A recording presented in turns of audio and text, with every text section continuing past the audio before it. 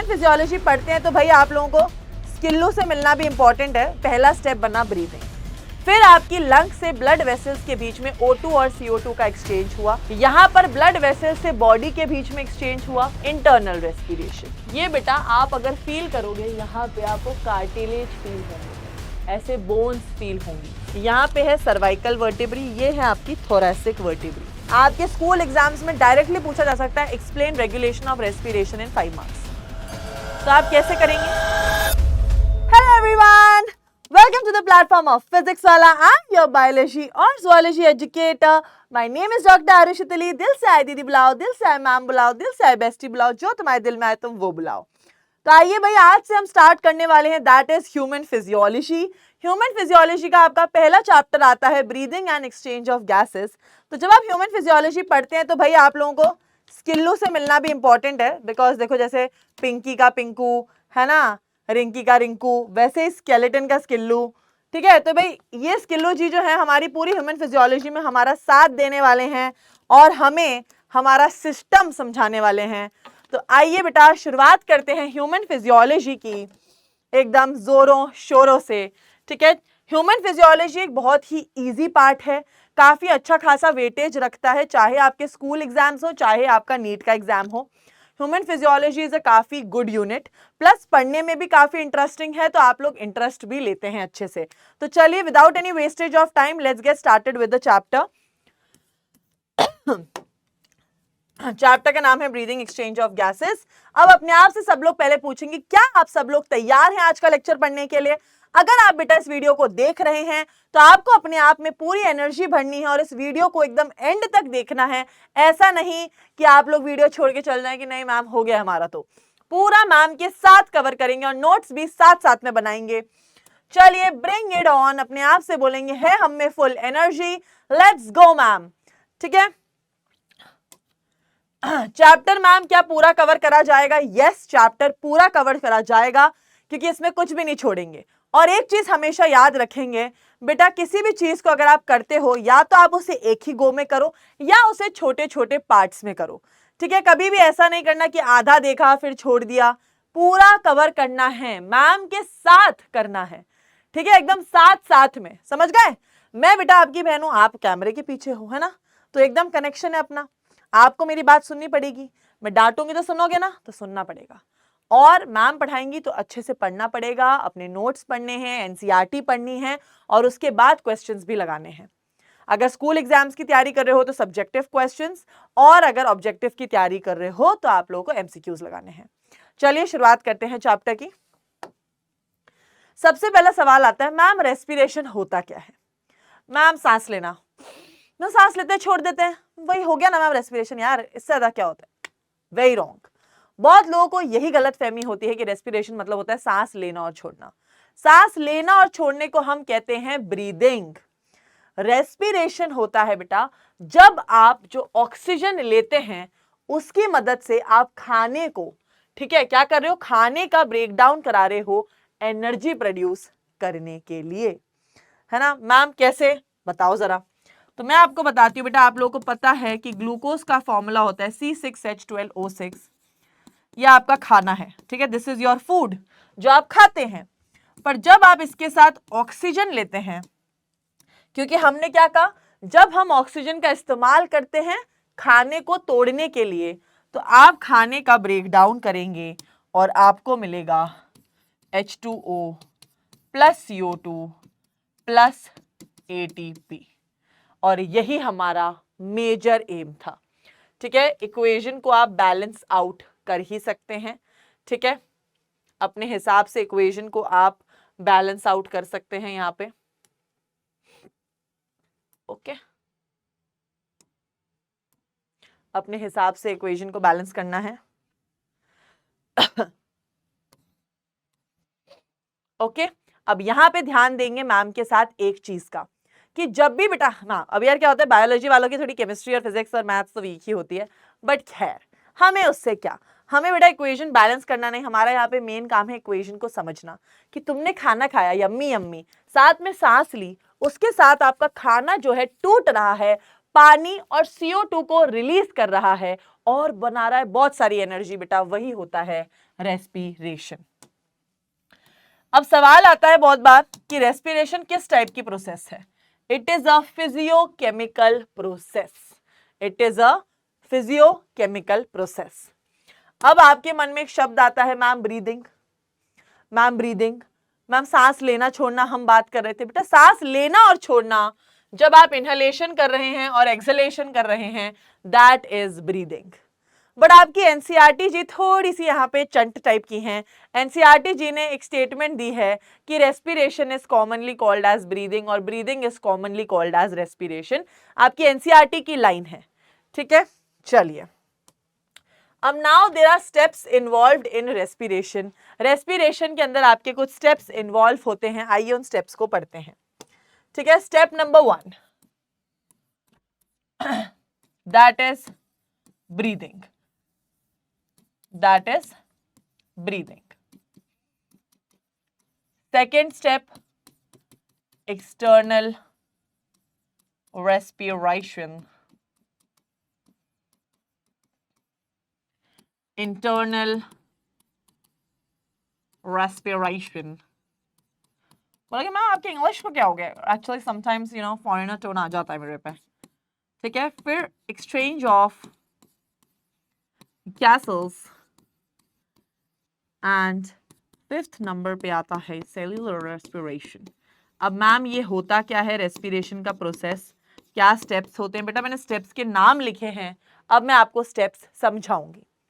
पहले बस नाम नोट कर लो, अब स्टेप्स को समझने वाले हैं हम, ठीक है, अच्छे से समझेंगे। आ जाओ, ये है भाई तुम्हारा एनवायरनमेंट, तुम्हारा प्यारा सा एनवायरनमेंट, जहां तुम्हारे प्यारे प्यारे चुन्ने चुन्ने पेड़ पौधे उग रहे हैं। हम यहां पे मान लेते हैं हमारी हैं लंग्स, ठीक है। हमने क्या देखा, एनवायरनमेंट है और हम हैं। अब होता क्या है, आप लोगों ने एनवायरनमेंट से ली ऑक्सीजन और इसको दी CO2। क्या पास करी CO2 और ली क्या आपने, ऑक्सीजन अंदर। यही हम करते हैं, सांस लेते हैं, सांस छोड़ते हैं। सांस लेने को क्या कहते हैं, दैट इज, सांस लेने को क्या कहते हैं, दैट इज इंस्पिरेशन और इनहलेशन।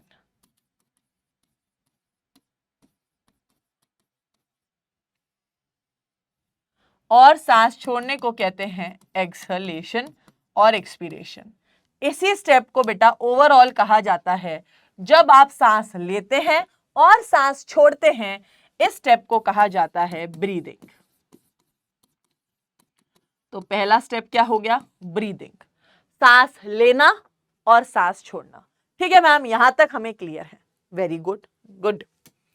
अब क्या होता है, अब हम थोड़ा सा आपकी ब्लड वेसल्स बना लेते हैं। So these are blood vessels. अब क्या होता है, ऑक्सीजन जो होती है भाई एल्वियोलाई तक पहुंच जाती है। ऑक्सीजन एल्वियोलाई तक पहुंच गई, अब यहां से ऑक्सीजन जाएगी अंदर, ठीक है। और यहां से ऑब्वियस सी बात है CO2 जारी होगी बाहर की तरफ, CO2 जारी होगी बाहर की तरफ। तो यहां पे बेटा जो ब्लड वेसल्स और लंग्स मतलब एल्वियोलाई और ब्लड वेसल्स के बीच में जो ये एक्सचेंज चल रहा है, this is called as second step external respiration. External respiration, ठीक है। यहां पर जो प्रोसेस ऑफ एक्सचेंज चल रहा है, दैट इज एक्सटर्नल रेस्पिरेशन। अब क्या हुआ, ब्लड वेसल्स में तो अटक नहीं जाएगी, वो जाकर आपकी पूरी बॉडी में फैलेगी। तो अगर हम बात करें आपकी बॉडी की, तो मान लीजिए ये है आपकी बॉडी। अब यहां पर क्या हुआ है, ऑक्सीजन आई अंदर। ऑक्सीजन बेटा जुड़ी किससे, ग्लूकोज से, और इसने क्या बनाया, ऑक्सीजन की मदद से इन्होंने बनाया CO2, H2O और ATP। ये CO2 तो कहाँ चला गया, बाहर की तरफ, ठीक है, और ATP एनर्जी प्रोड्यूस कर ली हमने। ये जो बॉडी और ब्लड वेसल्स के बीच में एक्सचेंज हो रहा है, this step is called as internal respiration.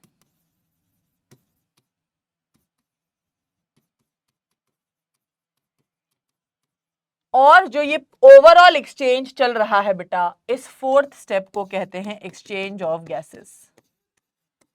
Exchange of gases. और यहां जो एनर्जी प्रोड्यूस हुई है इसे कहते हैं फिफ्थ स्टेप, जिसे बेटा कहा जाता है सेल्यूलर रेस्पिरेशन।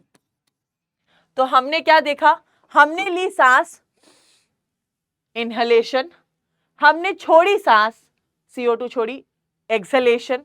ओवरऑल मिला के पहला स्टेप बना ब्रीदिंग। फिर आपकी लंग से ब्लड वेसल्स के बीच में O2 और CO2 का एक्सचेंज हुआ, एक्सटर्नल रेस्पिरेशन। यहां पर ब्लड वेसल्स से बॉडी के बीच में एक्सचेंज हुआ, इंटरनल रेस्पिरेशन। ओवरऑल क्या चल रहा है, एक्सचेंज ऑफ गैसेस। अंदर ऑक्सीजन आके फूड दैट इज ग्लूकोज से बाइंड करी, CO2, H2 और ATP बनाया। जब ATP बन जाता है वो प्रोसेस ही कहलाता है सेल्यूलर रेस्पिरेशन, क्योंकि सेल्स के अंदर आपके रेस्पिरेशन हो रहा है।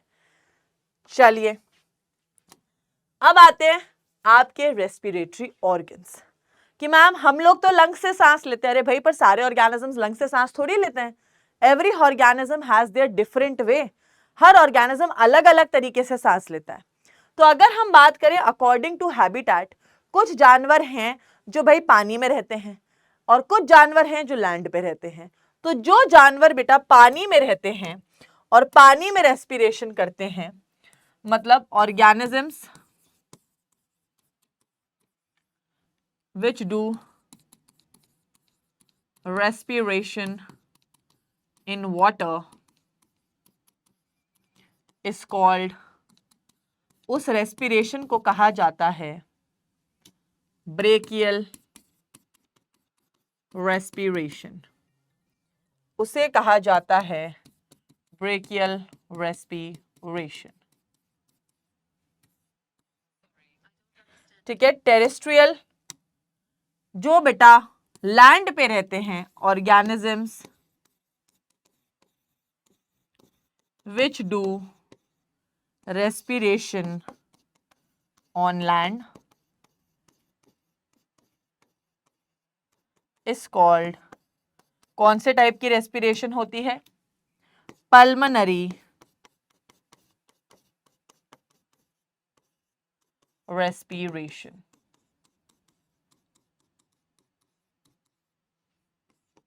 जो लंग्स से सांस लेते हैं उसे कहते हैं पल्मनरी रेस्पिरेशन। जो बेटा सांस ली जाती है पानी में गिल्स वगैरह के through, that is brachial respiration. ठीक है। ये ऐसे उन ऑर्गेनिजम्स को ये नहीं कहते हैं, ऑर्गेनिजम्स रिस्पायर इन वाटर, अच्छा, organisms respire in water is called as branchial respiration. Organisms respire on land is called as pulmonary respiration. अब लेवल ऑफ ऑर्गेनाइजेशन के अकॉर्डिंग आप लोगों के अलग अलग जानवर अलग अलग टाइप से रेस्पिरेशन करते हैं। अगर हम बात करें एनिमल किंगडम को याद करेंगे, एनिमल किंगडम में हमने पढ़ा था सेल्यूलर लेवल ऑफ ऑर्गेनाइजेशन किसका होता है, that is of Porifera. Tissue level किसका होता है, दोनों best friends Coelenterata and Ctenophora. और ऑर्गन लेवल किसका होता है, दैट इज प्लैटीहेल्मिन्थीज। मैम पर ये रेस्पिरेशन कैसे करते हैं, वो है पते की बात हमारे लिए।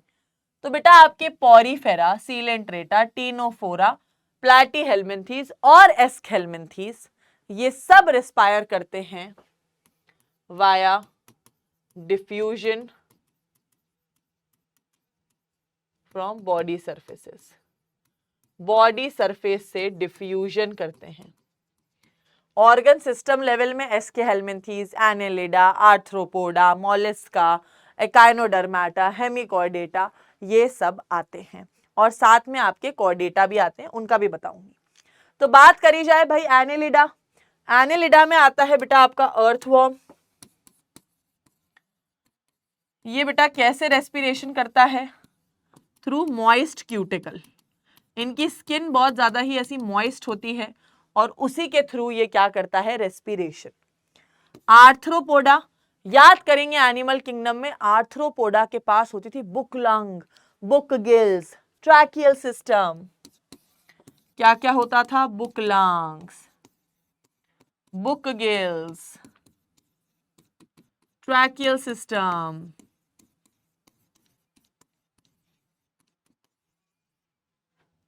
मॉलिस्का गिल्स से करते हैं, हेमिकॉर्डेटा गिल्स से करते हैं, इकाइनोडर्मेटा करते हैं ट्यूब फीट से।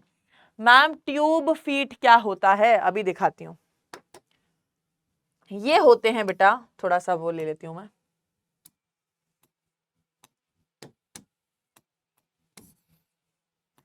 जिसे कहते हैं बेटा ट्यूब फीट। क्या होता है? इन लोगों के पास होता है वाटर कैनाल सिस्टम, इकाइनोडर्मेटा के पास। और इसी कैनाल सिस्टम में क्या होता है? हर जगह ये कैनाल सिस्टम पास होता है। एनिमल किंगडम में ये चीज पढ़ाई है मैंने आपको। वहां पे अगर आप देखेंगे तो ये इसी के थ्रू रेस्पिरेशन करते हैं। बात करी जाए बेटा तो ये सारे क्या हैं? गिल्स हैं। गिल्स के थ्रू बेटा रेस्पिरेशन करते हैं बहुत सारे ऑर्गेनिजम्स। अगर हम बात करें तो आप यहां देख सकते हैं दीज आर बुक गिल्स। ये ऐसे बुक की तरह खुलते हैं, book gills, and these are book lungs. ठीक है, एकदम से बुक खुलती है ना पन्ने, वैसे तरीके से प्रेजेंट है। ओके मैम, ध्यान से देखेंगे। पॉरीफेरा, सीलेंट्रेटा, टीनोफोरा, प्लैटीहेल्मिन्थीज और एस्केहेल्मिन्थीज सब भाई बॉडी सरफेस से डिफ्यूजन करेंगे हम तो भाई साहब। और एनिलिडा मॉइस्ट क्यूटिकल से करेगा, arthropoda book lungs, book gills, tracheal system से करेगा, आपके मॉलिस्का गिल्स से करेगा, इकाइनोडर्मेटा ट्यूब फीट से करेगा, हेमिकॉर्डेटा गिल्स से करेगा। मैम पाइसेस किससे करेंगे भाई? मछलियां। कॉर्डेट्स की कैटेगरी किससे करती है? तो भाई मछलियां तो मैम गिल्स से ही करती हैं। ठीक है। एम्फीबियंस, याद करेंगे बेटा स्ट्रक्चरल ऑर्गेनाइजेशन इन एनिमल के अंदर आप लोगों ने फ्रॉग पढ़ा होगा। फ्रॉग के अंदर बताया जाता है एम्फीबियंस यूजुअली करते हैं या तो स्किन, लंग्स या बकोफेरिंग्स।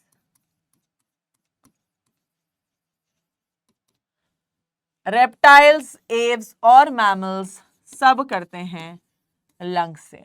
नॉर्मली क्वेश्चन में पूछ लिया जाता है आप लोगों से कि बेटा नाम दे देंगे आपको कि ये पर्टिकुलर ऑर्गेनिज्म किस मोड से रेस्पिरेशन करते हैं। तो आपको मेथड्स ऑफ रेस्पिरेशन बहुत क्लियर होने चाहिए। स्कूल एग्जाम के अंदर बोल सकते हैं कि भाई चार्ट बना दो कि what are the methods of respiration in according to organ level organisation. चलिए मैम ठीक है। अब आता है हमारा human respiratory system. Ma'am human respiratory system ma'am जिससे हम सांस लेते हैं। यस बिल्कुल, आप अपनी 10th क्लास में लाइफ प्रोसेस में पढ़ के आते हैं। हमारे पास 2 लंग्स होती है, ट्रैकिया होता है, हम सांस लेते हैं। बस उसी का थोड़ा सा डिटेल्ड वर्जन आप यहाँ पे पढ़ते हैं। यहाँ पे आप देखेंगे हम एक आदमी बनाएंगे, यहाँ पे हम एक आदमी बनाएंगे। यहाँ पे इस आदमी का नाम है जिम्मू। जिम्मू is exactly a imaginary character जो हम बनाते हैं। ठीक है, ये क्या है? बाहर सनसनी हवा है, एयर आई, हवा आई। और भाई जिम्मू ने कहा यार मजा आ गया, नाक से तो सांस लेना बनता ही है। तो नाक जहां से सांस लेते हैं उसे कहते हैं नॉस्ट्रिल्स। जहां से आप सांस लेते हैं उसे कहते हैं नॉस्ट्रिल्स। नॉस्ट्रिल से सांस कहां गई? यहां पे होती है आपकी नेजल कैविटी। नेजल कैविटी के नीचे ही होती है आपकी ओरल कैविटी। मतलब नेजल और ओरल कैविटी के बीच में होता है ऐसा छोटा सा हार्ड पैलेट। ये सिर्फ इतने से रीजन में होता है हार्ड पैलेट। ये ऊपर वाली है नेजल कैविटी, नीचे वाली है माउथ की कैविटी, एक यहाँ की और एक माउथ कैविटी। ठीक है मैम, आगे बढ़ाओ। ये बेटा दोनों ज्वाइन होती हैं, ये दोनों कॉमन पैसेज बनाती हैं। द कॉमन पैसेज खाने का भी और सांस लेने का भी। इनको लेबलिंग कर देते हैं। अरे this is nasal chamber, this is आपका माउथ, बकल कैविटी कह सकते हो। ये जो है pharynx which is a common chamber for, common pipe है बेटा, जहां से कॉमन एरिया है, जहां से खाना भी निकल रहा है और सांस भी जा रही है। ठीक है मैम, डन है यहां तक।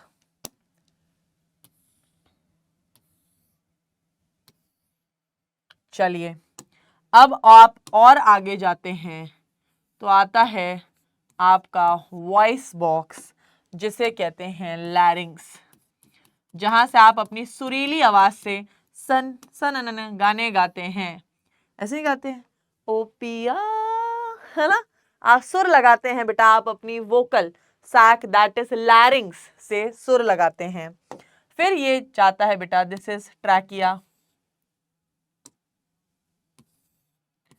ये अच्छी खासी ट्रैकिया होती है जो आगे जाके डिवाइड हो जाती है दो हिस्सों में, आगे जाके डिवाइड हो जाती है दो हिस्सों में। This is called as trachea.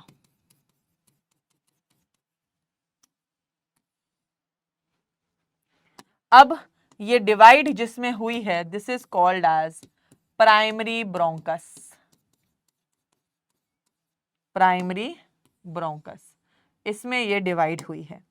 अब ये थोड़ा और डिवाइड होगी, this is called as secondary bronchus. फिर ये थोड़ा और डिवाइड होगी,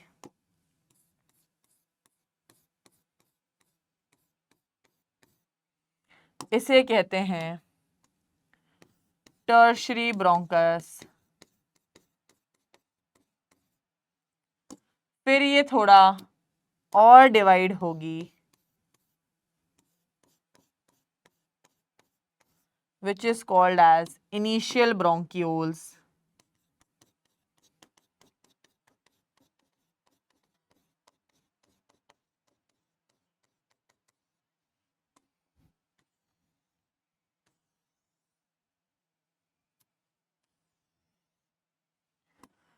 अभी तक हमने क्या देखा, अपनी नेजल कैविटी आई, फेरिंग्स आई, लैरिंग्स आई, ट्रैकिया आई, primary bronchus, secondary bronchus, tertiary bronchus, फिर इनिशियल ब्रोंकियोल्स। अब इनिशियल ब्रोंकियोल से आगे आता है terminal bronchioles, that is terminal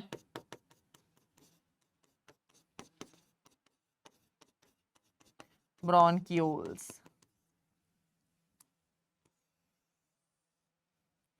अब यहां से ये डिवाइड होती हैं, एक छोटी सी डक्ट बनाती हैं जिसमें ऐसी बलून शेप्ड चीजें होती हैं। जो ये डक्ट बनाती है, इस डक्ट को कहते हैं एल्वियोलर डक्ट, और ये होता है बेटा functional and structural unit of kidney, sorry functional and structural unit of lungs, that is alveoli. क्या होता है, ध्यान देंगे वापस से। हमने देखा पहले नेजल कैविटी में गई हवा, यहां से आई फेरिंग्स के अंदर, फेरिंग्स से कहां गई, लैरिंग्स, लैरिंग्स से ट्रैकिया में आई, ट्रैकिया से डिवाइड हो गई दोनों ब्रोंकस के अंदर, ट्रैकिया से कहां डिवाइड हो गई, दोनों ब्रोंकस के अंदर, यहां से डिवाइड हो गई सेकेंडरी ब्रोंकस के अंदर, सेकेंडरी ब्रोंकस से डिवाइड हो गई टर्शरी ब्रोंकस के अंदर, टर्शरी ब्रोंकस से डिवाइड हो गई इनिशियल ब्रोंकियोल्स, इनिशियल ब्रोंकियोल से डिवाइड हो गई टर्मिनल ब्रोंकियोल्स, फिर आया एल्वियोलर डक्ट और ये आ गए एल्वियोलाई। इसी तरह बेटा आपका रेस्पिरेटरी सिस्टम इतना कॉम्प्लेक्स है, एक जाके टूटता है, अंदर टूटता है, डिवाइड होता है और कितना आप सोचो ह्यूमंस कितने यूनिक बनाए हैं भाई, अंदर से अंदर जाके इनके अंदर स्ट्रक्चर्स प्रेजेंट होते हैं।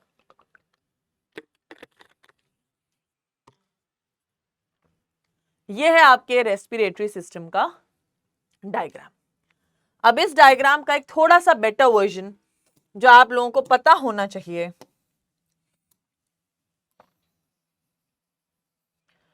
अगेन हम थोड़ा सा जिम्मू को बनाएंगे।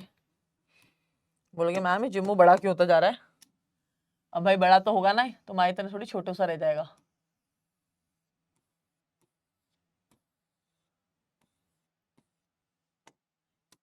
यहां बेटा होती हैं दो लंग्स, ठीक है, दो लंग्स। हम ऊपर की सारी चीजें पढ़ चुके हैं, nasal cavity, pharynx, लैरिंग्स, trachea, bronchus, ये है बेटा आपकी lungs. This is right lung, this is left lung. पर मैम लंग्स के ऊपर कोई प्रोटेक्शन नहीं होती क्या? बिल्कुल होती है भाई, हम लंग्स को ऐसे कैसे छोड़ दें? थोड़ी सी प्रोटेक्शन तो हमें लंग्स को देनी ही पड़ेगी, थोड़ी सी प्रोटेक्शन हमें लंग्स को देनी ही पड़ेगी, जिसके ऊपर बेटा ये होती है मेम्ब्रेन। इस मेम्ब्रेन में भरा होता है फ्लूइड,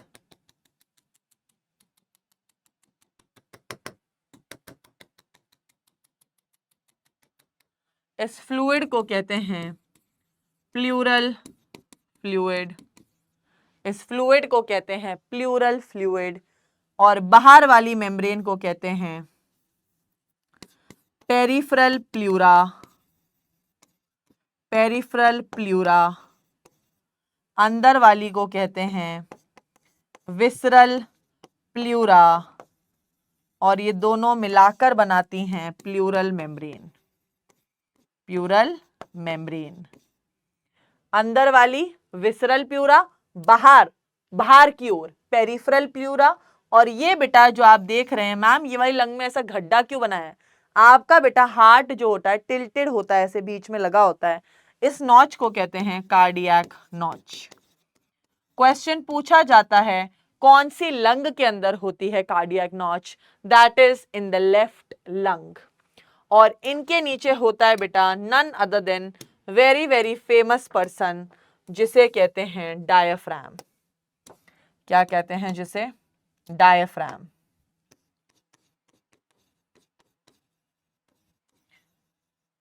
बेटा ये एक मसल होती है जो आपके इनहेलेशन और एक्सहेलेशन के टाइम मूवमेंट करती है, ठीक है। It is a dome shaped muscle, dome माने ऐसा शेप होता है इसका, ठीक है। तो ये बेटा जो आपके बचे हुए स्ट्रक्चर्स थे, हमने उनको यहां पर ऐसे ड्रॉ कर दिया है। चलिए अब थोड़ा सा ह्यूमन रेस्पिरेटरी सिस्टम को डिटेल में देख लेते हैं। चलिए लेट्स गेट स्टार्टेड। अब आपने जो पढ़ा है बस उसे लिखेंगे। सबसे पहले होते हैं नॉस्ट्रिल्स, सबसे पहले हैं आपके नॉस्ट्रिल्स। नॉस्ट्रिल्स क्या करते हैं? From here air goes inside and outside. यहां से आपने सांस ली है और सांस छोड़ी है, ठीक है मैम। आगे बढ़ते हैं। नॉस्ट्रिल्स के बाद क्या आएगा? नॉस्ट्रिल्स के बाद जाता है आपकी नेजल कैविटी, या आप कह लो नेजल चैम्बर। वहां पर क्या होता है? अगर बेटा आप अपनी नाक के अंदर उंगली डाल के देखेंगे, ऐसा होता है ना बचपन में सब लोग ऐसे नाक साफ करते हैं, फिर ऐसे ऐसे ऐसे ऐसे ऐसे फिर ऐसे फेंकते रहते हैं इधर उधर, नहीं? तो नाक के अंदर क्या होता है बेटा? नाक के अंदर होता है ऐसा चिपचिपा सब्सटेंस जिसे कहते हैं म्यूकस, और होते हैं बाल। अगर आप अपने जाके ना मिरर के आगे जाके नाक को यूं करना, आपको बाल भी दिखाई देंगे, आपको चिपचिपी सब्सटेंस म्यूकस भी दिखाई देगी, जिसके अंदर ही बेटा आपके जो कचरा होता है, जहाँ सांस लेते हैं, डस्ट पार्टिकल्स हैं, माइक्रोब्स हैं, कुछ भी है, वो उसमें फंस जाता है। तो ये क्या करती है nasal cavity, basically humidify air in cavity via mucus and hair. Hair और म्यूकस होते हैं इसमें, ताकि आपकी नाक जो है उससे डस्ट पार्टिकल्स या कचरा या माइक्रोब्स आपकी लंग्स में ना चल जाए, यहीं अटक जाएं। ठीक है मैम। नेजल कैविटी के बाद ये कहाँ जाती है, ये जाती है आपकी तीसरी जगह, दैट इज इंटरनल नॉस्ट्रल्स। क्या होता है, जैसे आपके नाक के 2 छेद आप अभी अपनी आंखों के सामने देख सकते हैं, है ना, हम सब देख सकते हैं। हाँ मैम 2 ही छेद हैं भाई, देख लो कहीं तुम्हारे 3 4 5 6 हो, है भाई, सांड वांड बनने का तुम्हारा कोई ट्रांसफॉर्मेशन पोकेमॉन वाली जर्नी हो, भाई 2 ही होते हैं सबके यहाँ पे। ठीक है, नॉस्ट्रल्स आपके 2 हैं। इसी तरह बेटा इंटरनली भी जहां पे अंदर 2 नॉस्ट्रल्स होते हैं। ठीक है, यहां से हवा पास होती है into the pharynx, into the pharynx। pharynx क्या है, कॉमन पैसेज, एक कॉमन रास्ता है फॉर एयर एंड फूड, खाने के लिए और हवा के लिए एक कॉमन रास्ता होता है pharynx। ठीक है मैम, आगे बढ़ते हैं। जब आप और आगे बढ़ेंगे तो आता है लैरिंग्स। लैरिंग्स को कहते हैं वॉइस बॉक्स, इसको वॉइस बॉक्स, ठीक है, वोकल कॉर्ड्स, बहुत कुछ कहा जाता है, इसे वॉइस बॉक्स कहते हैं। ठीक है, it produces sound, it produces sound, covered by cartilage, इसके ऊपर बेटा कार्टिलेजेस होते हैं जो इसको कवर करते हैं। पर वन ऑफ द कार्टिलेज, उसमें से एक कार्टिलेज ऐसा होता है जिसका नाम होता है एपिग्लॉटिस, जो बेटा आपकी विंड पाइप को ऐसे ढकता है, जैसे तो ना ढक्कन, फ्लैप की तरह ढकता है, ताकि जब आप खाना खाते हो उस टाइम आपका खाना जो है वो आपकी सांस की नली में ना चला जाए। ऐसा कहते हैं ना, खाना खाते टाइम जो होता है बातें नहीं करते। क्यों नहीं करते खाना खाते टाइम बातें? क्योंकि अगर आप बात करोगे तो आप सांस भी लोगे, मुंह से ऑक्सीजन भी लोगे, तो एपिग्लॉटिस खुल जाएगा और खाना जो है आपकी विंड पाइप में चला जाएगा। और फिर क्या होता है, वो तब तक नहीं निकलता, आप खांसते रहते हो, फिर वो बाहर निकलता है, फिर ही आप नॉर्मल होते हो, राइट। तो यहां पे क्या होता है, one of the cartilage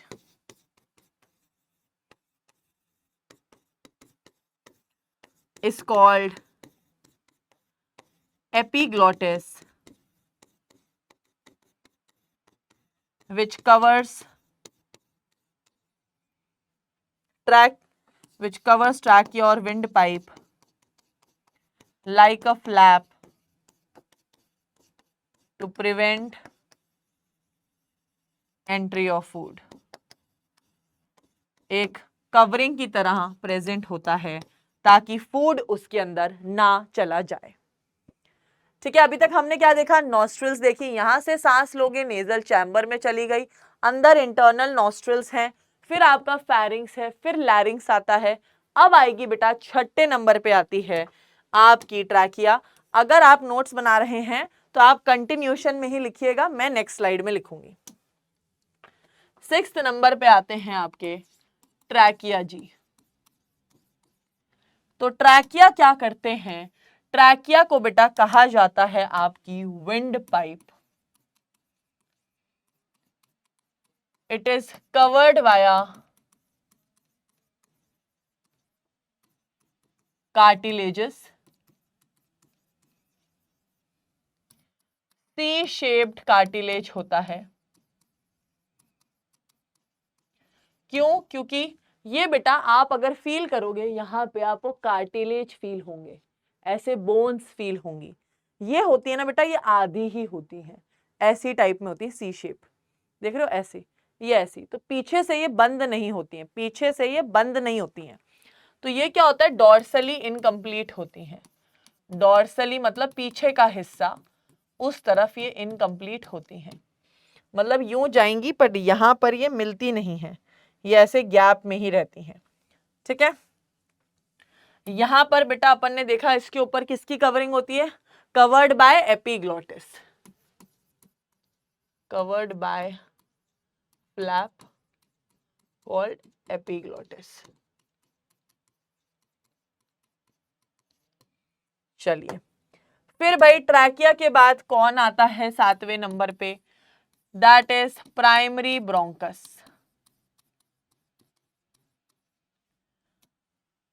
primary bronchus मतलब यहां से बेटा ट्रैकिया डिवाइड हो जाती है, trachea divides into bronchus from 5th thoracic vertebrae। क्या होता है बेटा, ध्यान देंगे, आपके यहां पर वर्टिबल कॉलम है पीछे, ये होती है सर्वाइकल, इसका मुंह आप इग्नोर करेंगे। ठीक है, यहां पे है सर्वाइकल वर्टिब्री, ये है आपकी थोरैसिक वर्टिब्री। आपकी 5वीं थोरैसिक वर्टिब्री माने यहां से जो होता है ब्रोंकस डिवाइड हो जाता है ऐसे और ऐसे, पीछे की तरफ से देखेंगे तो 5th थोरैसिक वर्टिब्री से डिवीजन आता है। ठीक है, 5th थोरैसिक वर्टिब्री से ये डिवाइड होता है ब्रोंकस में। प्राइमरी ब्रोंकस के बाद आता है सेकेंडरी ब्रोंकस,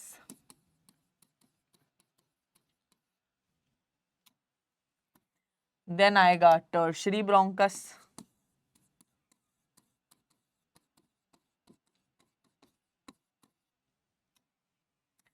आएंगे इनिशियल ब्रोंक्यूल्स, और इनिशियल ब्रोंक्यूल्स तक ही आपके कार्टिलेज होते हैं।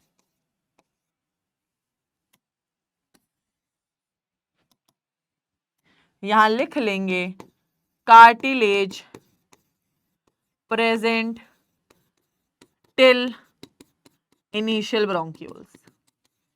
जो कार्टिलेज है आपका वो इनिशियल ब्रोंक्यूल्स तक ही प्रेजेंट होता है, लैरिंक्स से शुरू होता हुआ वो सिर्फ इनिशियल ब्रोंक्यूल्स तक आपका कार्टिलेज प्रेजेंट होता है। फिर एंड में आ जाते हैं आपके टर्मिनल ब्रोंक्यूल्स,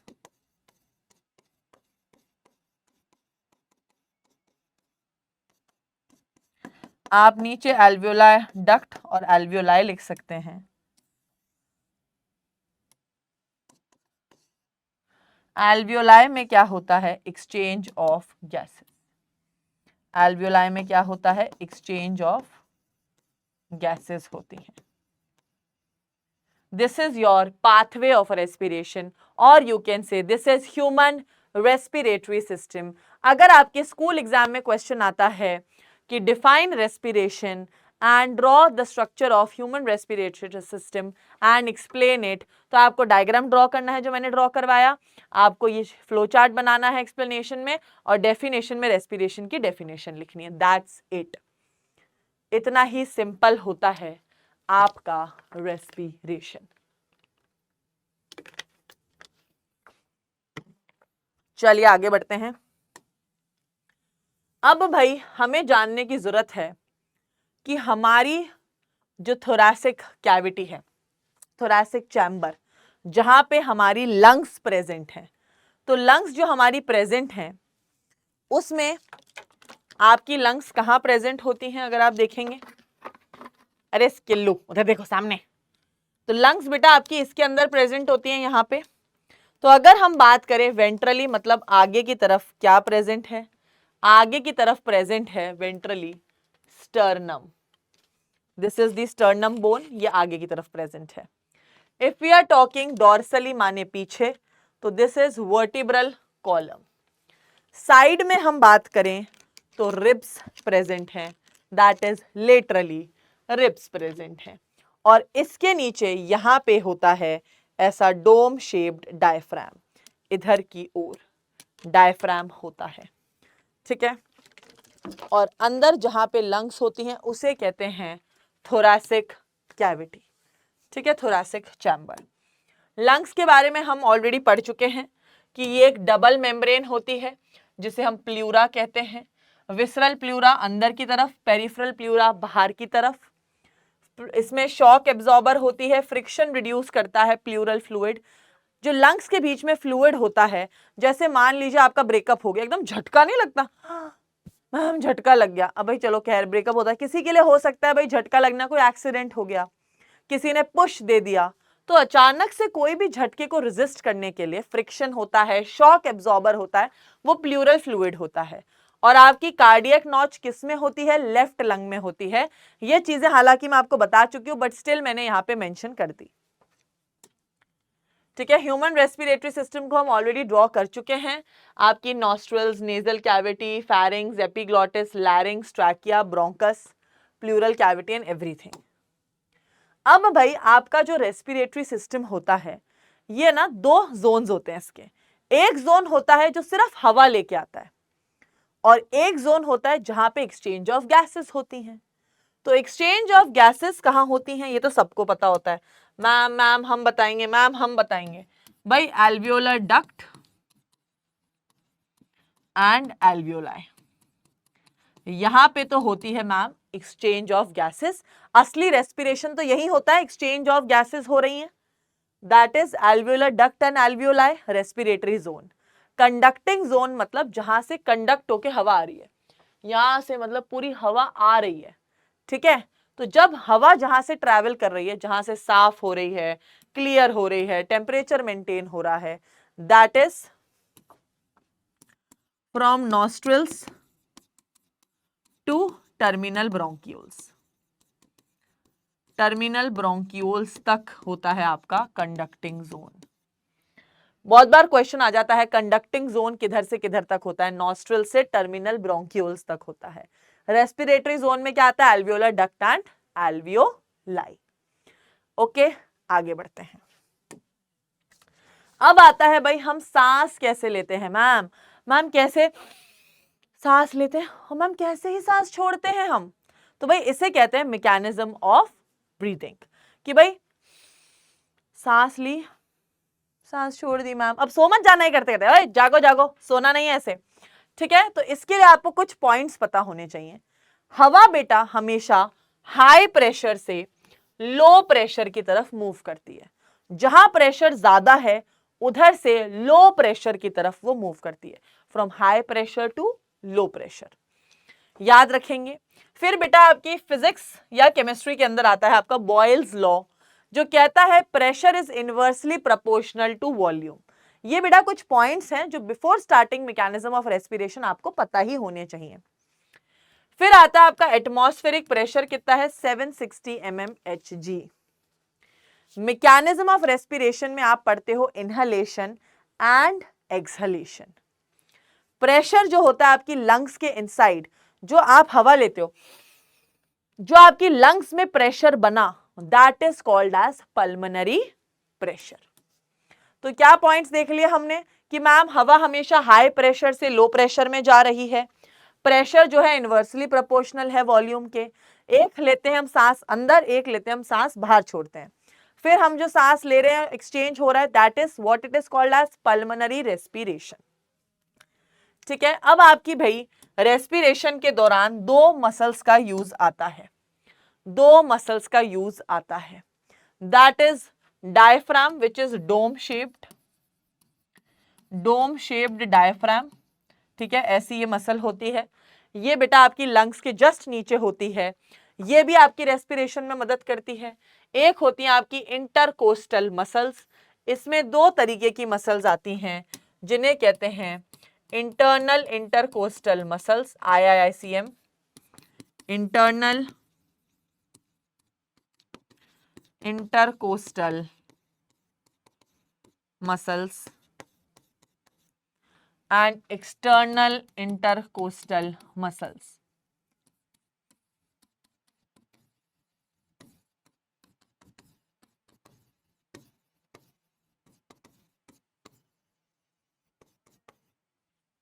दो टाइप की मसल्स आती हैं, एक्सटर्नल इंटरकोस्टल मसल्स और इंटरनल इंटरकोस्टल मसल्स।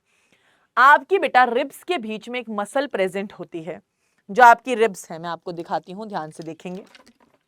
और स्किल लो इधर आ, चलो बिहेव योरसेल्फ। हाँ, आपकी रिब्स के बीच में, ओए लंगड़ा हो गया बेचारे की टांग निकल गई, कोई नहीं हम जोड़ लेंगे। तो यहाँ पे बेटा आपके मसल्स प्रेजेंट होती हैं हर जगह। तो जो अंदर की साइड होते हैं उन्हें कहते हैं इंटरनल इंटरकोस्टल, और जो साइड में होती हैं बाहर की तरफ उन्हें कहते हैं एक्सटर्नल इंटरकोस्टल मसल्स। ठीक है, चलिए स्किल्लू थोड़ा यहाँ पे लेट जाइए आप अच्छे से। ओके, आपके जो अंदर साइड है इंटरनल इंटरकोस्टल, जो बाहर की तरफ है एक्सटर्नल इंटरकोस्टल मसल्स। अब हम स्टार्ट करते हैं मैकेनिज्म ऑफ रेस्पिरेशन, कि अगर हमें सांस लेनी है, अब हर चीज को इमेजिन करेंगे, समझेंगे, याद रटना नहीं है हमें चीज को, हमें किसी भी चीज को रटना नहीं है, समझेंगे। ठीक है मैम, समझा दो। तो आप सांस लेते हो, जब आप सांस लेते हो याद रखना, तो आपकी लंग्स भाई फूलती है ना भाई। भाई तुम चेक कर लो, किसी की रंग पिचक तो नहीं रही। जब तुम सांस लेते हो तो लंग्स में हवा भर रही है, विच मीन्स अगर इनहलेशन होगी तो प्रेशर होना चाहिए कम लंग्स के अंदर और वॉल्यूम होनी चाहिए ज्यादा। ठीक है, इनहलेशन के टाइम अंदर हवा ज्यादा जाएगी तो वॉल्यूम ज्यादा चाहिए, और प्रेशर कम क्यों चाहिए? तभी तो भाई हाई प्रेशर से लो प्रेशर में हवा आएगी। एटमॉस्फेयर का प्रेशर बहुत हाई है, अंदर हवा कब आएगी? जब लंग्स का प्रेशर होगा कम, तभी तो हायर प्रेशर से लोअर प्रेशर लंग्स के अंदर हवा आएगी। अब लंग्स के अंदर जब हवा आती है तो जो हमारी लंग्स हैं वो दो तरीके से काम करती हैं, दो मसल्स के थ्रू। अब ये दोनों मसल्स क्या कर रही हैं?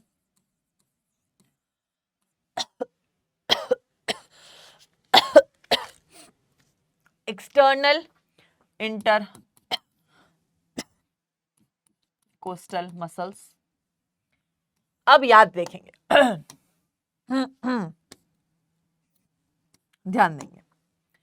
आप लोगों ने सांस अंदर ली, अब अगर आप सांस अंदर ले रहे हैं, इमेजिन करना है बस, ये आपकी लंग्स है, ये आपका डायफ्राम है। ठीक है, ध्यान, इमेजिनेशन फुल, बायोलॉजी की एकदम फील्स लेनी है, मैम के साथ सोचो। तुमने सांस अंदर ली, सांस अंदर लोगे तो प्रेशर बढ़ेगा, तो लंग्स में प्रेशर आएगा। ठीक है, वॉल्यूम बढ़ेगी। अब इसकी वॉल्यूम बढ़ेगी तो ये डायफ्राम को धक्का लगेगा नीचे की तरफ, डायफ्राम को धक्का लगेगा नीचे की तरफ, ऑफ कोर्स नीचे की तरफ धक्का लग जाएगा, डायफ्राम को पुश होगा नीचे की तरफ। तो क्या होता है, जब आप इनहलेशन करते हैं तो diaphragm moves downwards, flat shape का हो जाता है, एकदम चपटा हो जाता है, फ्लैट शेप्ड। क्योंकि देखो ऐसा डायफ्राम था, मैं यार हाथ को कैसे है ना, अरे हाथ को ऐसे बनाओ, ये मान लीजिए ऐसा है डायफ्राम, है ना, ऐसा।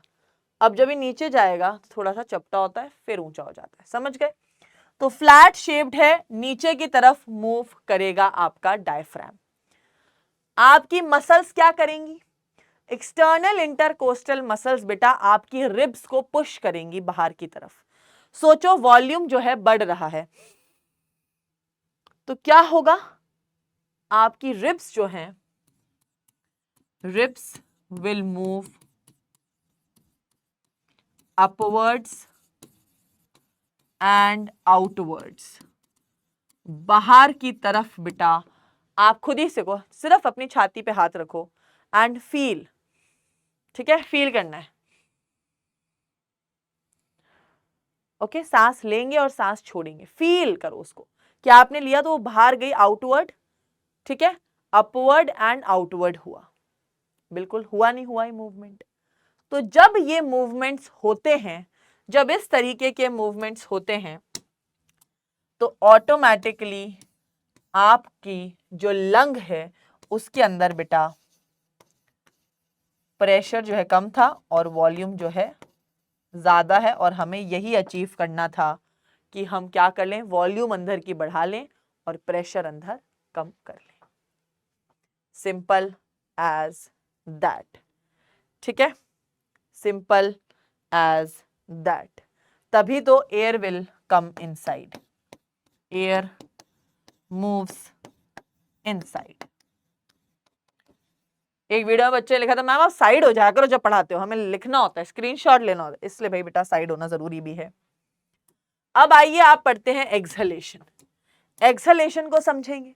भाई आपने अपनी लंग से सांस को बाहर छोड़ दिया, विच मीन्स लंग थोड़ी सी सिकुड़ जाएंगी, अब अंदर की तरफ होंगी। ठीक है, सिकुड़ेंगी। ठीक है, सिकुड़ेंगी लंग्स, क्योंकि ये हवा को क्या कर रही है, छोड़ रही है। तो मतलब अब हमें क्या करना है, वॉल्यूम घटानी है और प्रेशर बढ़ाना है, ताकि जो हवा है फ्रॉम हाई प्रेशर जो लंग्स में ज्यादा है और बाहर एटमॉस्फेयर में कम है, तो हाई से लोअर तक मूव करें। ओके, इसके लिए अगेन हम दो मसल्स का इस्तेमाल लेंगे, that is diaphragm and external intercostal muscle. बहुत लोग पूछते हैं EICM क्या है मैम, एक्सटर्नल इंटरकोस्टल मसल। अब भाई आपकी लंग्स जो हैं, ठीक है, इन्होंने हवा बाहर छोड़ी। अब हवा बाहर छोड़ी तो इनका साइज थोड़ा कम हुआ, तो क्या हो गया, वापस डायफ्राम कैसा हो गया, डायफ्राम मूव्स अपवर्ड्स, ऊपर की तरफ मूव करेगा डायफ्राम, ऊपर की तरफ, और वापस से हो जाएगा डोम शेप्ड जैसा वो पहले था, जैसा वो पहले था वो वैसा हो जाएगा। और अब आपकी जो रिब्स हैं वो क्या होंगी, आपने सांस छोड़ी, इनवर्ड्स एंड डाउनवर्ड्स। ठीक है, ribs move inwards and downwards. इसी को बेटा अब हमारा एम हो गया पूरा। हमें बढ़ाना था प्रेशर अंदर का और हमें करनी थी वॉल्यूम कम, ताकि एयर मूव आउटसाइड, कि बाहर की तरफ हवा को धक्का लग जाए और हवा हमारी बाहर निकल जाए। इस चीज को बेटा जितना आप फील करेंगे, जितना खुद से रिलेट करेंगे, चीज आपको याद करने की जरूरत ही नहीं, वो आपको ऑटोमेटिकली समझ आ गई तो याद हो जाएगी। ठीक है, इसी तरह होता है जब आप सांस लेते हैं तो लंग फूलती है, डायफ्राम नीचे की तरफ मूव करता है। जब आप सांस छोड़ते हैं तो लंग सिकुड़ती है और आपका डायफ्राम ऊपर की तरफ मूव करता है। चलिए अब शुरुआत करते हैं ऐसा टॉपिक जो अधिकतर बच्चे कहते हैं नहीं मैम नहीं हम लोगों को ये टॉपिक नहीं पढ़ना मैम, इसमें बहुत मैम ऐसे माथा खराब। कुछ नहीं भाई, बहुत इजी होता है। Respiratory volume and capacity actually marks gaining topic है, क्योंकि इसमें से अगर आपके स्कूल एग्जाम के टीचर्स का फेवरेट रहता है कि शॉर्ट नोट में या फिर मैच द कॉलम में वो आप लोगों को ये क्वेश्चन उठा के दे ही देते हैं, अगर ये चैप्टर आपके सिलेबस में आ रहा है तो। और नीट की आप बात करें तो नीट में भी भाई इसमें से कोई ना कोई क्वेश्चन हर साल उठ के आ ही जाता है कि भाई इसकी वॉल्यूम बताओ, ये क्या होती है, असर्शन रीजनिंग में, मैच द कॉलम में, किसी भी चीज में। तो इस चीज को बस एक बार समझना है and it is all sorted. तो होता क्या है भाई, हमारी सांस की रेट क्या होती है, हम 12 से 16 बार सांस लेते छोड़ते हैं। एक बार लेना सांस और एक बार छोड़ना सांस मिलाकर काउंट होती है एक breath. One inhalation, one breath equals to one inhalation plus one exhalation. आप एक मिनट में कितनी सांस ले सकते हैं, 12 से 16 बार। रेस्पिरेटरी वॉल्यूम्स क्या होता है, रेस्पिरेटरी वॉल्यूम होता है बेटा जब डिफरेंट अमाउंट ऑफ एयर इंसान अंदर लेता है छोड़ता है। कई लोगों की आदत होती है कि यार चल स्विमिंग पूल में अपन है ना कंपटीशन लगाएंगे, अंदर जाके सांस रोकेंगे। तो हम क्या करते हैं, जानबूझ के बहुत सारी सांस लेते हैं और ऐसे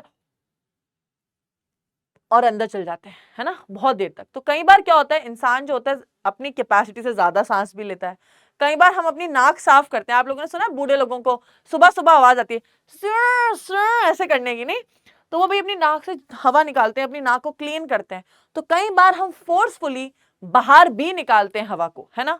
तो इन सारी चीजों को जब हम मेजर करते हैं डिफरेंट टाइम्स पे, ठीक है, डिफरेंट कंडीशंस में, that is called as respiratory volumes.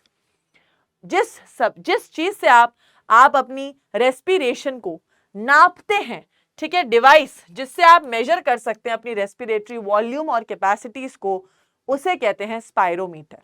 Spirometer एक डिवाइस होता है, बेसिकली कुछ ऐसा दिखता है, ठीक है, ऐसे ना इसमें ऐसे कॉलम्स बने होते हैं और इसमें क्या अलग अलग कलर की ऐसे बॉल होती हैं, कभी सेम कलर की भी होती है, मतलब इट डिपेंड्स। और इसमें क्या है, एक पाइप लगी होती है ऐसे। तो पेशेंट जैसे ही इसमें फूंक मारता है तो ये सारी बॉल्स ऊपर की तरफ उठती हैं, फिर ये नीचे। बचपन में आपने बहुत देखा होगा, ये बहुत जगह इवन मेलों में भी मिलता था छोटा सा खेलने के लिए।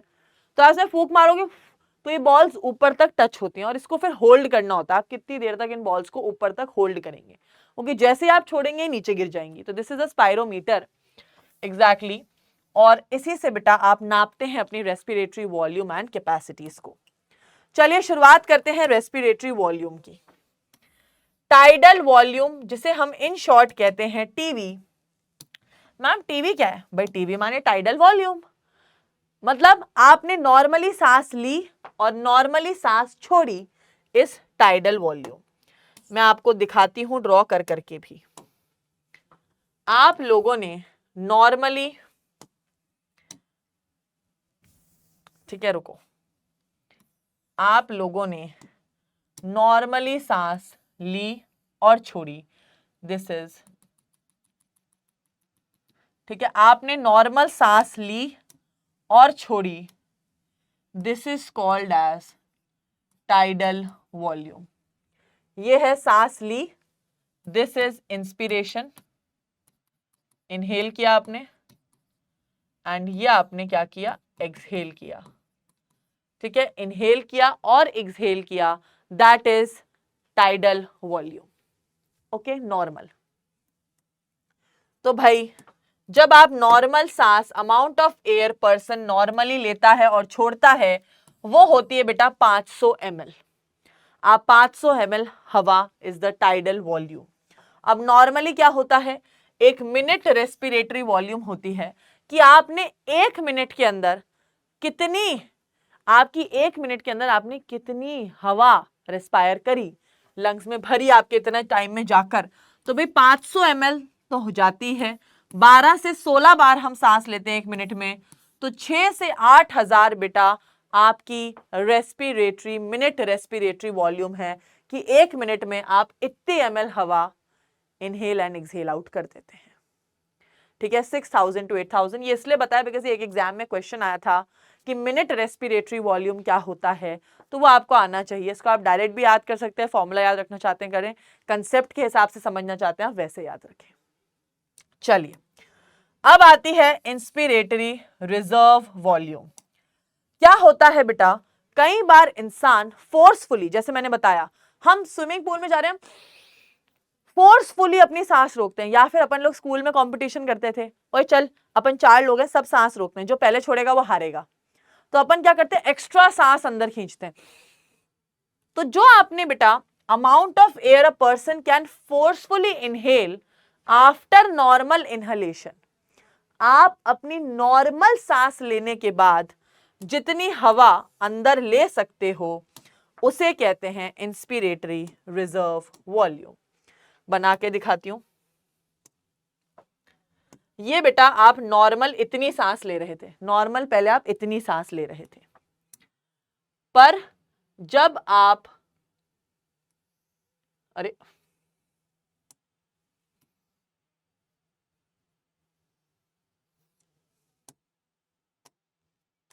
इसको मैं थोड़ा सा ऐसे लिख देती हूं, एक्सहेल, ताकि उसको मैं डायग्राम बना सकूं। तो कई बार हम सांस अपनी कैपेसिटी से, मतलब नॉर्मल तो आप इतनी ही सांस ले रहे थे, पर आपने अपनी कैपेसिटी से इतनी सांस एक्स्ट्रा ले ली, इतनी सांस एक्स्ट्रा ले ली। ये जो सांस आपने एक्स्ट्रा ली है, दैट इज इंस्पिरेटरी कैपेसिटी, ठीक है, इंस्पिरेटरी रिजर्व वॉल्यूम। जो आपने बेटा एक्स्ट्रा सांस ली that is inspiratory reserve volume. ठीक है, ये कैपेसिटी क्यों लिखा मैंने, वी वॉल्यूम। ठीक है, आपने एक्स्ट्रा सांस ली। चलिए अब हम देखते हैं ये कितनी होती है, 2500 से 3000 ml होती है। बेटा इस चीजों को याद करना पड़ेगा, 2500 से 3000 ml होती है। अब आता है एक्सपिरेटरी रिजर्व्ड वॉल्यूम, मतलब आपने फोर्सफुली, जो दादाजी सुनकते ना नाक, कितनी सांस आप एक्स्ट्रा बाहर निकाल सकते हो आफ्टर नॉर्मल एक्सहेलेशन, मतलब नॉर्मल सांस छोड़ने के बाद आप एक्स्ट्रा कितनी सांस बाहर छोड़ सकते हो, उसे कहते हैं एक्सपिरेटरी रिजर्व्ड वॉल्यूम। ये कैसे नापेंगे, ये जो बेटा नीचे आई, ठीक है, ओके, कई बार हम अपनी कैपेसिटी से एक्स्ट्रा, हम इतनी ही सांस छोड़ सकते थे, हम इतनी ही सांस, एक सेकेंड रुकना, हम क्या कर सकते हैं, हम इतनी ही सांस छोड़ सकते हैं, पर हमने क्या किया, हमने इतनी सांस छोड़ी, हमने अपनी कैपेसिटी से ज्यादा सांस छोड़ी। This is expiratory reserve volume. Normal इतनी छोड़ सकते थे सांस, तुमने इतनी सांस छोड़ दी, that is expiratory reserve volume, और ये होती है बेटा 1000 से 1100 ml। फिर आती है रेसिडुअल वॉल्यूम, ये बेटा स्टार ही मार्क कर लेना, ये मतलब एग्जामिनर्स का फेवरेट क्वेश्चन रहती है कि रिजर्व्ड वॉल्यूम क्या होती है। रेसिडुअल वॉल्यूम, आप लोगों की लंग्स जो होती है, कभी भी आप कितना ही सांस छोड़ दो, आपकी लंग्स में हमेशा एक अमाउंट ऑफ एयर हमेशा रहती है। आप कितना ही प्रेशर लगा के सांस छोड़ दो, कितनी ही नाक सुनक लो, आपकी लंग्स में हमेशा थोड़ी सी हवा रहेगी ही, क्योंकि अगर नहीं रहेगी तो आपकी लंग्स पिचक जाएंगी। बलून होता है, आप अगर बलून में से सारी हवा निकाल देते तो बलून तो पिचक जाता है, तो भाई थोड़ी तो हवा रहनी चाहिए। तो जो थोड़ी हवा हमेशा लंग्स में रहती है, the amount of air left in the lungs even after forceful exhalation, कि तुमने बहुत दम लगा लिया पर फिर भी तुम जो है बेटा इसको नहीं निकाल पाए, दैट इज यहां पर होती है थोड़ी सी, इसे कहते हैं रेसिडुअल वॉल्यूम, जिसको आप चाहकर भी अपनी लंग्स से बाहर नहीं निकाल सकते। ओके, ये कितनी होती है, ये होती है 1000 से 1200 ml। रिवाइज करेंगे, टाइडल वॉल्यूम क्या होती है, क्या हमने नॉर्मल सांस ली, नॉर्मल सांस छोड़ी 500 ml, ओके, फिर हमने फोर्सफुली सांस ली, दैट इज 2500 से 3000 ml। हमने फोर्सफुली सांस छोड़ी, कितनी छोड़ सकते हैं, 1000 से 1100, पर कितनी सांस बाहर छोड़ दो, थोड़ी सांस हमेशा आपके लंग्स में रहेगी, दैट इज 1100 से 1200 ml। ये हो जाती है बेटा आपकी रेस्पिरेटरी वॉल्यूम्स। अब आएंगी रेस्पिरेटरी कैपेसिटीज, ये और इजी हैं। अगर आप वो समझ गए तो ये तो एकदम हलवा है। रेस्पिरेटरी कैपेसिटी क्या होता है, are formed by combination of respiratory volumes.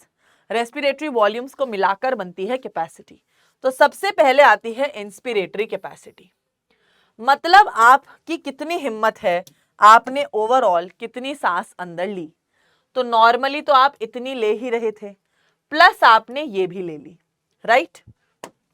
आप नॉर्मली इतनी ले रहे थे, एक सेकेंड, नॉर्मली आप इतनी भी ले रहे थे और इतनी और ली, तो ये टोटल कितना हो गया, दैट इज आईसी, जो ओवरऑल हो गई टीवी प्लस आईआरवी हो गई इंस्पिरेटरी कैपेसिटी। कि भाई मेरी सांस लेने की नॉर्मल कैपेसिटी है इतनी, एक्स्ट्रा कैपेसिटी है इतनी, तो ओवरऑल मेरी इंस्पिरेटरी कैपेसिटी हो गई आईआरवी प्लस टीवी। ठीक है भाई, ठीक है मैम, डन है। Okay, IC equals to TV plus IRV. अब सेम एक्सपिरेटरी कैपेसिटी, मेरी कितनी हिम्मत है, टोटल वॉल्यूम, आप एक बारी में कितनी हवा बाहर निकाल सकते हो नॉर्मल और फोर्सफुल मिलाकर।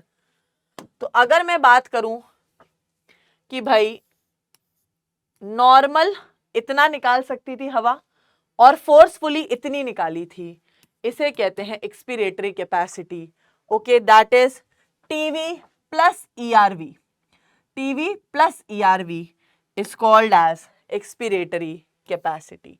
आप कितनी हवा बाहर निकाल सकते हैं, नॉर्मली तो टीवी निकाल सकते हैं, प्लस आप फोर्सफुल वाली भी गिन लें तो ओवरऑल आप इतनी सांस बाहर निकाल सकते हैं। फिर आती है आपकी फंक्शनल रेसिडुअल कैपेसिटी।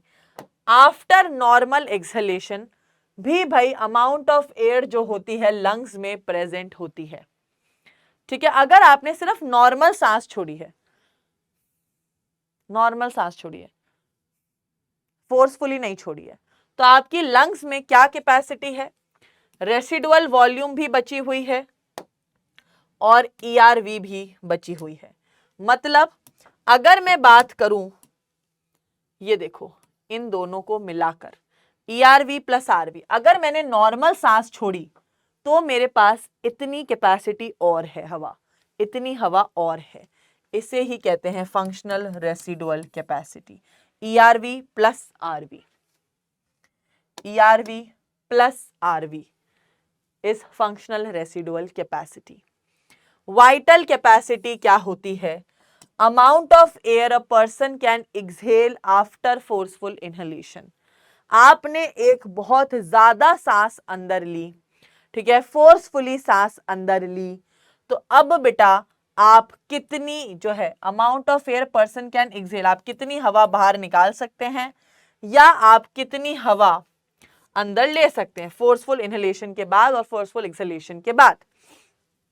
ध्यान से पढ़ो लाइन, अमाउंट ऑफ एयर, आप कितनी हवा एक्सहेल कर सकते हैं, ले सकते हैं अंदर आफ्टर फोर्सफुल इनहेलेशन। मतलब मैंने क्या किया, एक सेकेंड, मैंने क्या करा, amount of air a person can exhale after forceful inhalation, मैंने क्या किया, बहुत सारी सांस जबरदस्ती अंदर ले ली।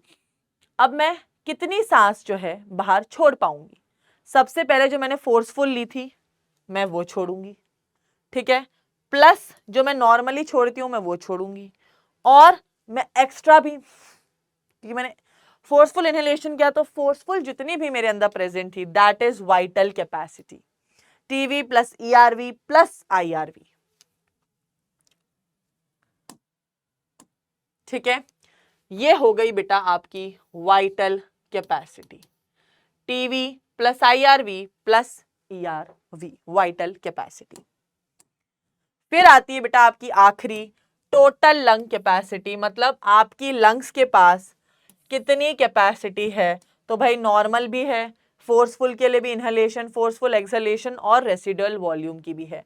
Total amount of air present in the lungs after forceful inhalation, कितनी अमाउंट ऑफ प्रेजेंट है आपके, टोटल सब कुछ प्लस करना है, दैट्स इट। इसको आप ऐसे भी मेंशन कर सकते हैं दैट वीसी प्लस आरवी के फॉर्म में भी, क्योंकि वाइटल कैपेसिटी का फॉर्मूला था TV plus IRV plus ERV. ये बेटा खत्म होती हैं आपकी रेसिडुअल वॉल्यूम्स एंड कैपेसिटीज। अब हम स्टार्ट कर रहे हैं आपकी एक्सचेंज ऑफ गैसेस। मैम हमारी लंग तक तो हवा पहुंच गई थी, हमने लंग से एल्वियोलाई तक पहुंचा दी थी, पर एल्वियोलाई में ऐसा क्या हो रहा है। तो बेटा एल्वियोलाई क्या होती है, ये मान लीजिए ये है आपकी एल्वियोलाई। एल्वियोलाई के अंदर बेटा होते हैं ऐसे सेल्स जिसे सिंपल स्क्वैमस एपिथेलियम के सेल्स कहते हैं। यहां पे आपकी ब्लड वेसल है, दिस इज ब्लड वेसल, और बीच में ये जो खाली एरिया है इसे कहते हैं बेसमेंट मेम्ब्रेन। तो यहां पे क्या क्या है, this is simple squamous epithelium. Blood vessel में भी बेटा सेल्स होते हैं जो इसको लाइन करते हैं, जिसे कहते हैं, आप लोगों ने स्ट्रक्चरल ऑर्गेनाइजेशन में पढ़ा है, एंडोथेलियल सेल्स।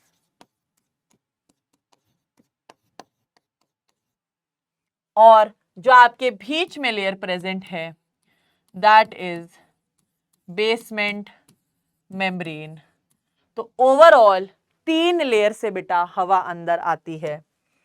मतलब हवा कैसे आएगी, अब ध्यान देना, यहां से ऑक्सीजन आएगी अंदर और यहां से CO2 जाएगी बाहर। ठीक है, ऑक्सीजन आएगी अंदर और CO2 जाएगी बाहर। तो यहां बेटा 3 लेयर से एक्सचेंज ऑफ गैसेस हो रहा है। 2 लेयर तो सेल्यूलर हैं, ये और ये नॉन सेल्यूलर लेयर हैं बीच वाली। तो if we talk, exchange of gases alveoli से होती हैं और 3 लेयर्स होती हैं, 2 सेल्यूलर सिंपल स्क्वैमस एपिथेलियम और एंडोथेलियल, और एक है non cellular which is basement membrane. अब एल्वियोलाई क्यों प्रेजेंट होते हैं? क्योंकि बेटा आपकी लंग्स में ना सरफेस एरिया इंक्रीज करने के लिए, ताकि ज्यादा से ज्यादा हम ऑक्सीजन को यूटिलाइज कर पाएं या एक्सचेंज ऑफ गैसेस कर पाएं, तो surface increase surface area for exchange of gases बेटा एल्वियोलाई का काम होता है। और एल्वियोलाई बेटा काफी वैस्कुलराइज्ड होता है, मतलब पूरे एल्वियोलाई के हर ओर कैपिलरीज प्रेजेंट होती हैं, एल्वियोलाई के हर तरफ काफी अच्छा खासा वैस्कुलराइज्ड होता है। क्वेश्चन आ जाता है कि भाई आप लोगों की कितनी सरफेस से एक्सचेंज ऑफ गैसेस होती हैं in lungs? That is simple squamous epithelium, basement membrane and endothelial cells. ठीक है, ओवरऑल 2 सेल्यूलर लेयर हैं, एक नॉन सेल्यूलर लेयर है। ऐसे ही अपन ने लेयर देखी, this is alveoli, simple squamous epithelium, बीच में बेसमेंट मेम्ब्रेन, ये एंडोथेलियल सेल्स। ऑक्सीजन अंदर आती है, CO2 बाहर चली जाती है। अब आते हैं भाई कुछ फैक्टर्स जो एक्सचेंज ऑफ गैसेस को अफेक्ट करते हैं। भाई हो सकता है जो आपने मेम्ब्रेन देखी, ये 3 लेयर की जो मेम्ब्रेन है, हो सकता है ये membrane less than 1 mm thickness से इजी डिफ्यूजन। अगर इस मेम्ब्रेन का साइज, अगर साइज 1 mm से कम है तो अच्छे से एक्सचेंज ऑफ गैसेस होगा। पर अगर ये बहुत ज्यादा हेल्दी है या बहुत 1 mm से ज्यादा है तो डिफिकल्ट होता है सांस को लेना। ठीक है, तो थिकनेस ऑफ डिफ्यूजन मेम्ब्रेन भी मैटर करती है। Partial pressure, pressure exerted by an individual gas. Partial pressure क्या होता है भाई? मान लो एक डब्बे के अंदर बहुत सारी गैसेस हैं, तो एक गैस कितना प्रेशर लगा रही है in mixture of gases is called as partial pressure. तो हमेशा एयर कहाँ मूव करती है? हाई प्रेशर से लो प्रेशर की तरफ हमेशा एयर मूव करती है। ठीक है, तो we have 2 kinds of pressure, that is PCO2 and PO2, that is partial pressure of carbon dioxide and partial pressure of oxygen. Solubility, भाई solubility क्या होती है? कोई भी चीज जितनी ज्यादा soluble होगी वो उतनी easily diffuse होगी, जो जितना ज्यादा घुल जाएगा वो उतना easily diffuse हो जाएगा। और ऐसा कहा जाता है CO2 जो है 20 से 25 टाइम्स मोर soluble है देन O2। मतलब अगर धरती पे ऑक्सीजन की कमी हो गई तो हमारे ब्लड में बहुत इजीली घुल सकती है CO2, क्योंकि CO2 की सॉल्युबिलिटी जो है 20 से 25 टाइम ज्यादा है यार, कितनी ज्यादा है। तो फैक्टर सिर्फ 3 है, thickness of the diffusion membrane, partial pressure and solubility. चलो अब आता है एक्सचेंज ऑफ गैसेस, जिसके अंदर आप प्रॉपरली पढ़ते हो कि गैसेस कैसे एक्सचेंज हो रही है प्रेशर के बेसिस पे। इस चीज में हमेशा एक चीज याद रखना कि गैस हमेशा मूव करेगी हाई प्रेशर से लो प्रेशर की तरफ। इस कॉन्सेप्ट को याद रख के हर चीज हमें फॉलो करनी है, बहुत ज्यादा इजी हो जाएगा आपके लिए। अब आइए इसको मेरे साथ याद करो। अब इसको याद कैसे करना है सीखें। इस टेबल को आप ड्रॉ कर लीजिएगा। Partial pressure of oxygen atmosphere में कितना ज्यादा है भाई? 159, पर CO2 गरीब 0.3। मतलब कोई मुकाबला है? नहीं मैम, है ही नहीं। एल्वियोलाई में, भाई एल्वियोलाई में भी पार्शियल प्रेशर ऑक्सीजन का है काफी ज्यादा और CO2 का है ठीक है काइंडा। और डीऑक्सीजनेटेड ब्लड, अब कहीं तो CO2 को जीतने दो, तो डीऑक्सीजनेटेड ब्लड में जो है CO2 ज्यादा होती है 45, ऑक्सीजन 40 होती है। ऑक्सीजनेटेड ब्लड में भाई जहां CO2 और O2 का कंपटीशन है, CO2 सिर्फ कुछ नंबरों से जीतती है, पर जहां CO2 और ऑक्सीजन के कंपटीशन में ऑक्सीजन जीतती है वो बहुत भयंकर लेवल से जीतती है, बहुत भयंकर मार्जिन से जीतती है, दैट इज 95। ठीक है, ऑक्सीजनेटेड ब्लड में इसका पार्शियल प्रेशर होता है। टिश्यूज में same as deoxygenated blood, CO2 का 45 और ऑक्सीजन का 40। तो अगर ब्लड डीऑक्सीजनेटेड ब्लड और टिश्यूज में पार्शियल प्रेशर दोनों का सेम है 40-45, मेजर ये तीन याद रखने हैं कि आपकी एटमॉस्फेयर में है 159 ऑक्सीजन और 0.3 है CO2। एल्वियोलाई में कितना है 104 और 40, 95 एंड 40। अब यहाँ पे हम दो टाइप से एक्सचेंज पढ़ेंगे क्योंकि आपकी एनसीईआरटी दो जगह पे ही एक्सचेंज ऑफ गैसेस अच्छे से बता रही है रेस्पिरेशन में। पहला है एल्वियोलाई और पल्मोनरी कैपिलरीज के बीच में exchange of gas between alveoli and pulmonary capillaries. Alveoli और पल्मोनरी कैपिलरीज के बीच में एक्सचेंज ऑफ गैसेस कैसे होगा? वेरी इजी, फटाफट से एक एल्वियोलाई बनाएंगे, एक ब्लड वेसल बनाएंगे,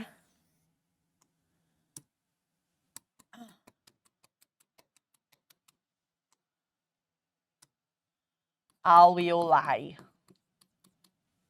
ठीक है, this is BV blood vessel. Okay, बाहर क्या है? एटमॉस्फेयर। अब हर जगह सबसे पहले प्रेशर को लिख लो, याद करेंगे फटाफट से। पार्शियल प्रेशर ऑफ ऑक्सीजन क्या था एटमॉस्फेयर में? याद करो 159। पार्शियल प्रेशर ऑफ CO2 कितना था? 0.3। एल्वियोलाई में कितना था? याद करेंगे PO2 था। फटाफट से, और इसको ना याद बेटा आपको दिखा दिखा के कर रही हूं ताकि आप लोग इस चीज को याद करो। 104 था ऑक्सीजन और 40 था CO2। ठीक है मैम। ब्लड वेसल में कितना होगा? तो यहां पे भी लिख देंगे पार्शियल प्रेशर ऑफ आपकी जो CO2 है 45 और पार्शियल प्रेशर ऑफ O2 लिख देंगे 40। अब सिंपल सा कॉन्सेप्ट देखना, बहुत ही सिंपल। ऑक्सीजन को नोटिस करेंगे सबसे पहले कि बाहर की हवा से ऑक्सीजन को अंदर जाना है, कैसे जाएगी? हाई प्रेशर से लो प्रेशर। 159 हाई प्रेशर है, ये सबसे पहले अंदर आएगी लो प्रेशर में 104 में, ऑक्सीजन आ गई अंदर। यहां है हाई प्रेशर 104, यहां है लो प्रेशर 40, तो अब यहां से ये किधर आएगी? ऑक्सीजन अंदर। तो हाई प्रेशर से लो प्रेशर, हाई प्रेशर से लो प्रेशर में ये आ गई अंदर।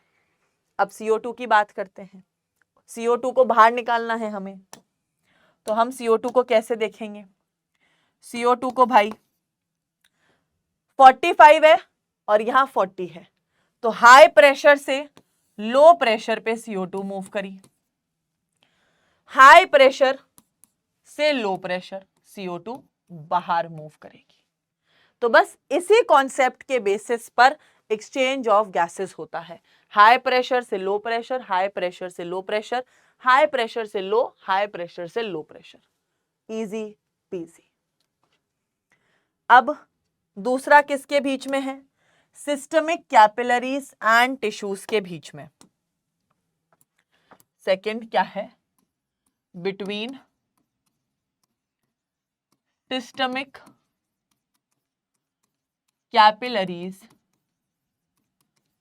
And tissues.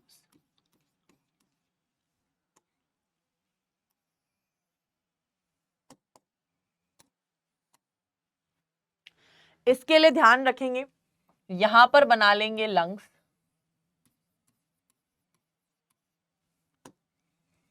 यहां बना लेंगे टिश्यूज, थोड़ी सी जगह भी थोड़ी सी जगह भी रख लेती हूँ। This is tissues, this is lungs, और यहां है तुम्हारा प्यारा दिल। ठीक है, ओके।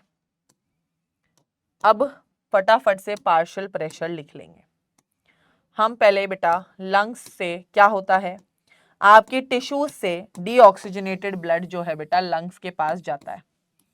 नॉर्मल हम साइंस यूज कर रहे हैं। आपकी बॉडी का डीऑक्सीजनेटेड ब्लड हार्ट के पास जाता है। हार्ट जो है उसको प्योर होने के लिए लंग्स के पास भेजता है।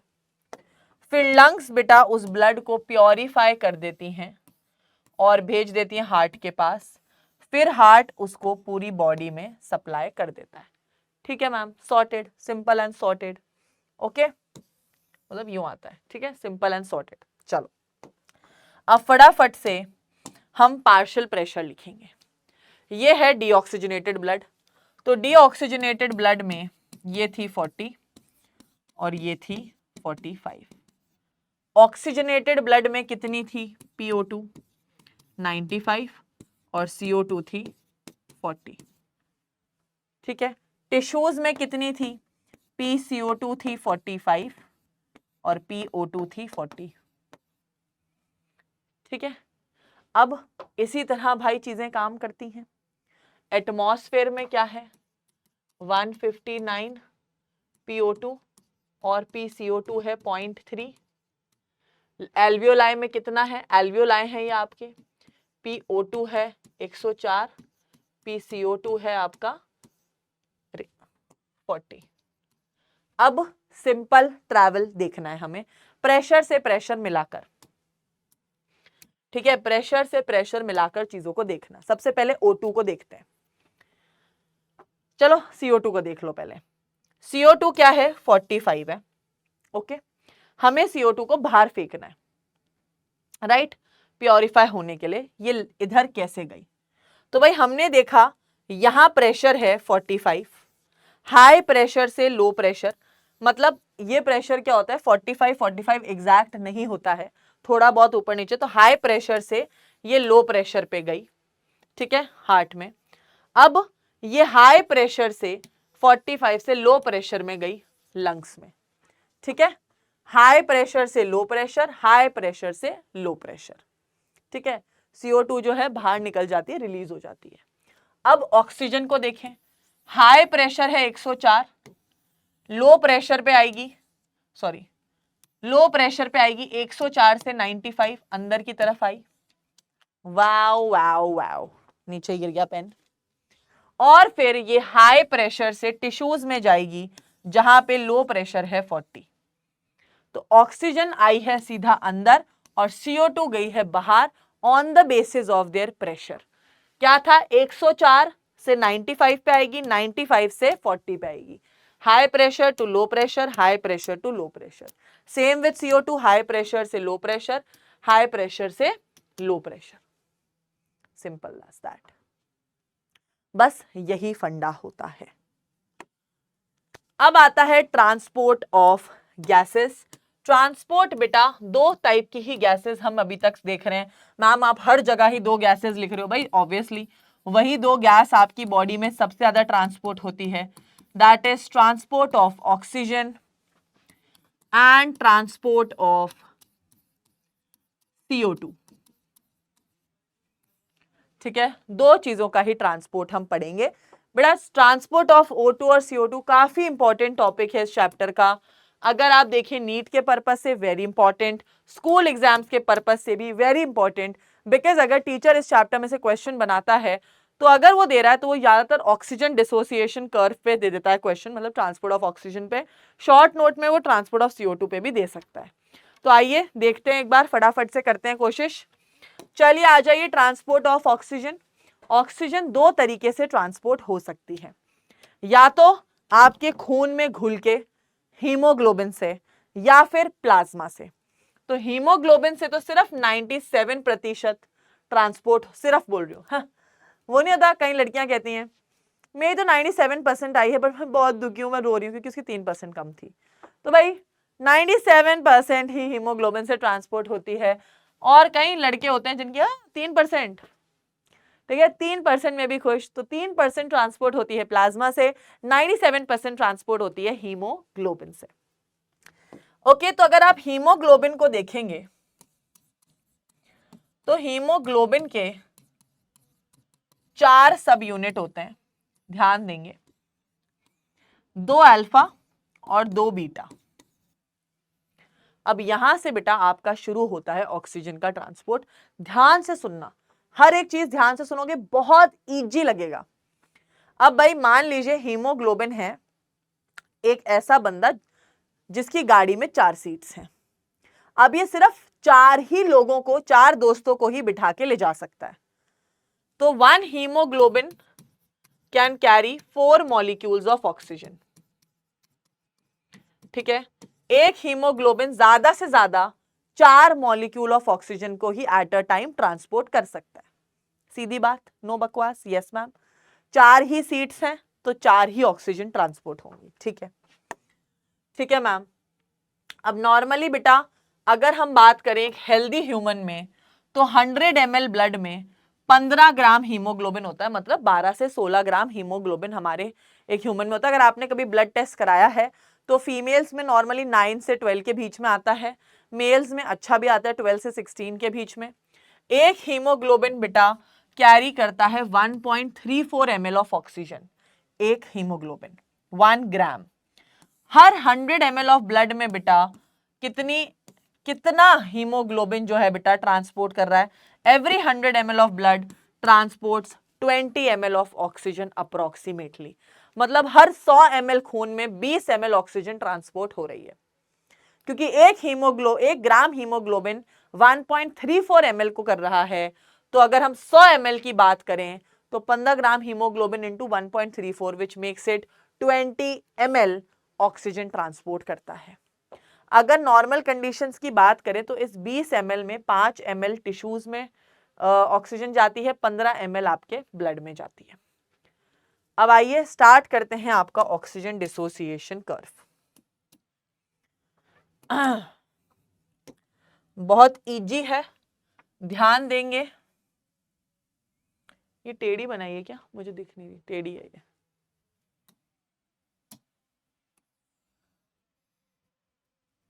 एक सेकेंड, मैं टेढ़ी क्यों बना रही हूँ? है टेढ़ी है क्या सीधी है? मुझे यही समझ नहीं आ रहा है। तुम लोग को दिख रहा है तो तुम मुझे बताओ।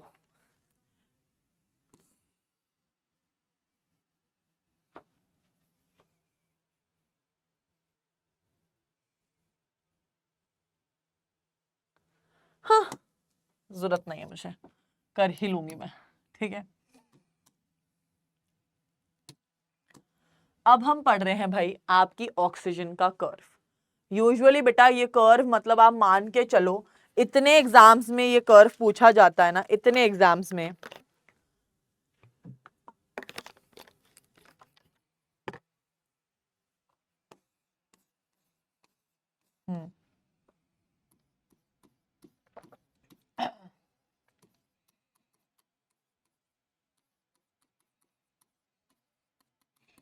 Percentage saturation of haemoglobin with oxygen and PO2 का कर्व है। अब ध्यान से देखेंगे, ये कर्व यूजुअली सिग्मॉइड बनता है,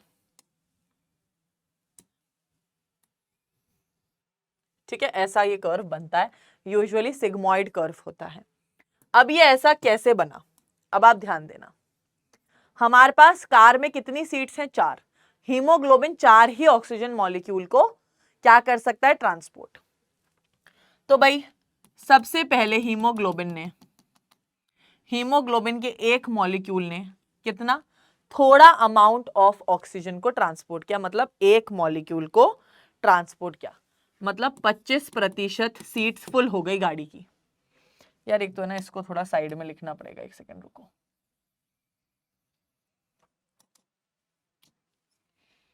percentage saturation of haemoglobin with oxygen, ठीक है। हाँ, तो भाई 25% सीट्स फुल हो गई।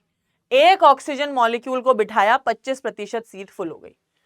फिर इसने 2 ऑक्सीजन को बिठा लिया तो 50% सीट फुल हो गई।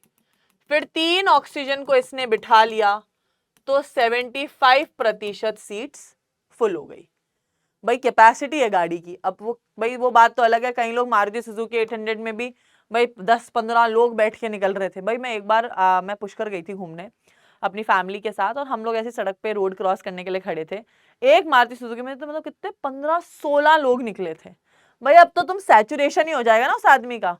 अब सैचुरेशन क्या होता है, जैसे तुम लोग हो, अब तुम्हें कह देंगे यार मैम मेरी कैपेसिटी 2 घंटे पढ़ने की है कंटिन्यूसली, मैं तुम्हें कह दूं 12 घंटे पढ़ो, तुम नहीं पढ़ पाओगे, सैचुरेशन आ जाता है। क्या होता है, एक चीज जैसे एक पानी है, अब पानी में तुम इस पानी में तुम 1.5 चम्मच चीनी ही घोल पा रहे हो, पर तुम 10 चम्मच चीनी डाल दो तो वो घुलेगी ही नहीं। तो उसी तरह भाई हीमोग्लोबिन भी 4 ही ऑक्सीजन के मॉलिक्यूल्स को बैठा सकता है गाड़ी में। अब इसने चौथी डाल दी तो बस अब चौथी के बाद 100% सैचुरेशन नहीं होता है, अप्रॉक्स ये 100 नहीं होता है कभी भी, इट इज 99, 98, 97, 96, मतलब पॉइंट्स में ही रहता है, 100 कभी नहीं होता है सैचुरेशन। तो क्या होता है, जैसे ही बेटा इसने बिठा लिया चौथी ऑक्सीजन को, इसका सैचुरेशन आ गया कि अब मैं और नहीं बिठा सकता, मेरी इतनी ही कैपेसिटी थी। ठीक है, इसलिए कर्व बढ़ रहा था, बढ़ रहा था, बढ़ रहा था। फिर एक पॉइंट के बाद ये बेटा थम जाता है, ये कहता है कि अब यार अब मेरी कैपेसिटी और नहीं है कि मैं किसी को बैठा लूं। भाई सही बात है, इस चीज को हम प्रूफ भी कर सकते हैं, एक फॉर्मूला होता है, ध्यान देंगे। अगर हमें सैचुरेशन निकालना है तो कितने ऑक्सीजन बाइंड हुए हीमोग्लोबिन से upon total number of oxygen attach to haemoglobin, which means आप देखिए जब मैंने सिर्फ एक मॉलिक्यूल को अटैच किया तो 25% सैचुरेशन आया।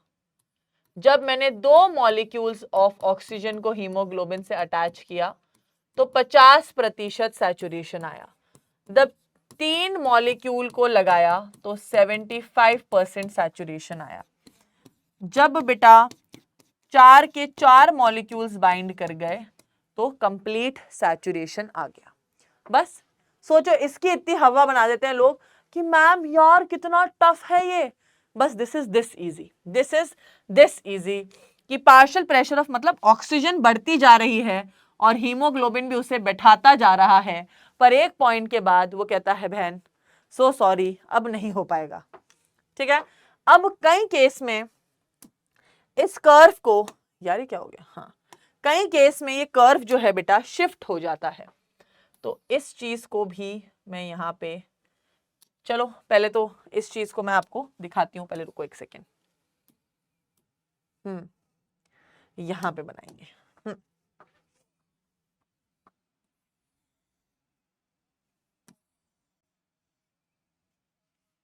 सही बनाया ना, लग तो सही ही रहा है, बाकी पता नहीं, ये तो टेढ़ी ही लग रही है।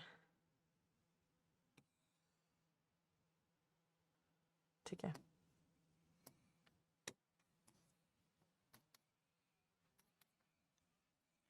नॉर्मल कर्व ऐसा होता है ना, नॉर्मल कर्व ऐसा ही होता है।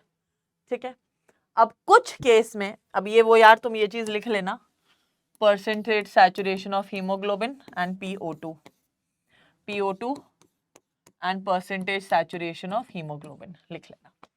ठीक है, अब क्या होता है, कई कबार क्या होगा, जब ये ऑक्सीजन, जब हीमोग्लोबिन जो है बेटा ऑक्सीजन को ज्यादा बैठा नहीं पाएगा। ठीक है, मतलब वो कहेगा कि यार गाड़ी से उतर जा, ओवरलोड हो रहा है मेरे को, मतलब कर्व जो है थोड़ा राइट साइड शिफ्ट हो गया,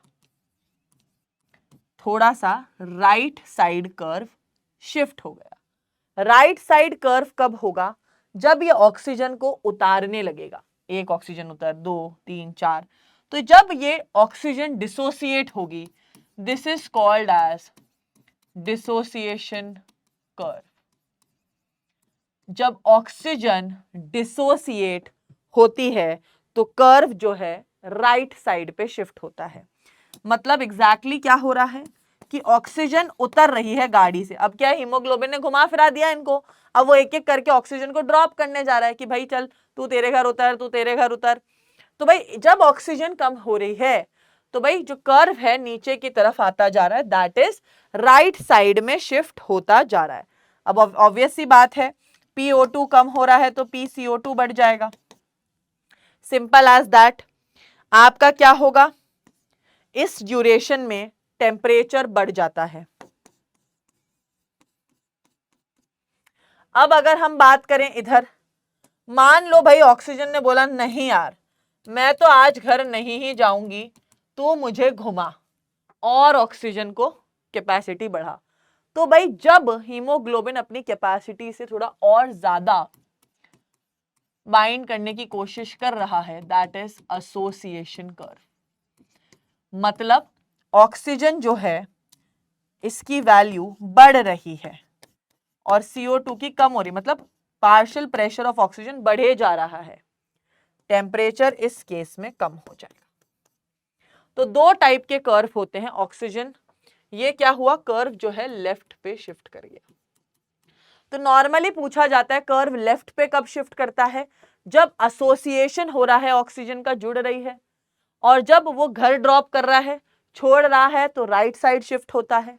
ठीक है, इसी चीज को आप थोड़ा बेटर फॉर्मेट में देख सकते हैं। Binding of oxygen with haemoglobin primarily related to PO2, but कुछ और फैक्टर भी रिलेटेड होते हैं।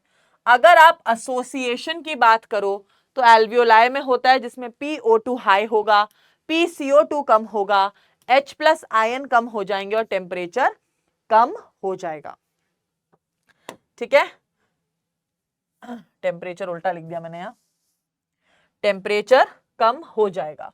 फिर ये टिश्यूज में होता है, PO2 डिसोसिएशन के टाइम क्या हो रहा है, PO2 कम हो रही है, PCO2 बढ़ रही है, H+ कम हो रहा है और टेम्परेचर बढ़ रहा है, सिंपल एज दैट। तो आपको ये फैक्टर्स याद रखने, क्वेश्चन में आ जाता है कि PO2 जब कम हो रही है तो एसोसिएशन हो रहा है कि डिसोसिएशन।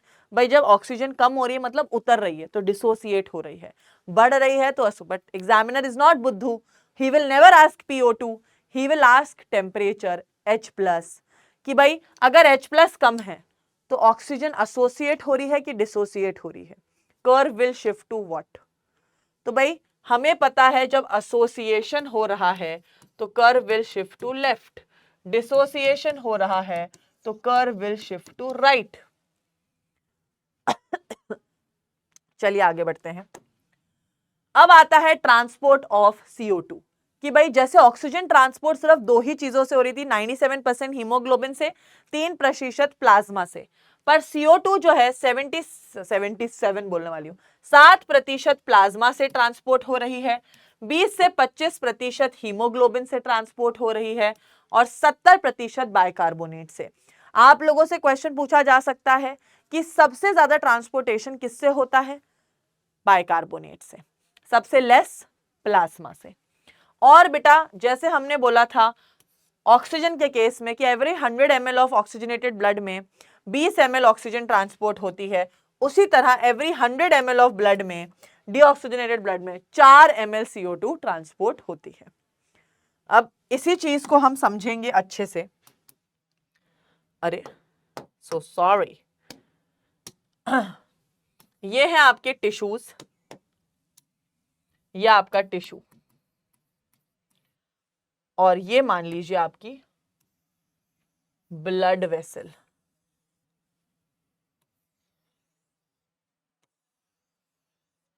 ठीक है, ये है आपका यहां पे एल्वियोलाई मान लो, या बॉडी, या जो भी यू वांट टू से। अब भाई CO2 को ट्रांसपोर्ट करना है, CO2 तीन तरीके से ट्रांसपोर्ट हो सकती है। ठीक है, CO2 तीन तरीके से ट्रांसपोर्ट होती है।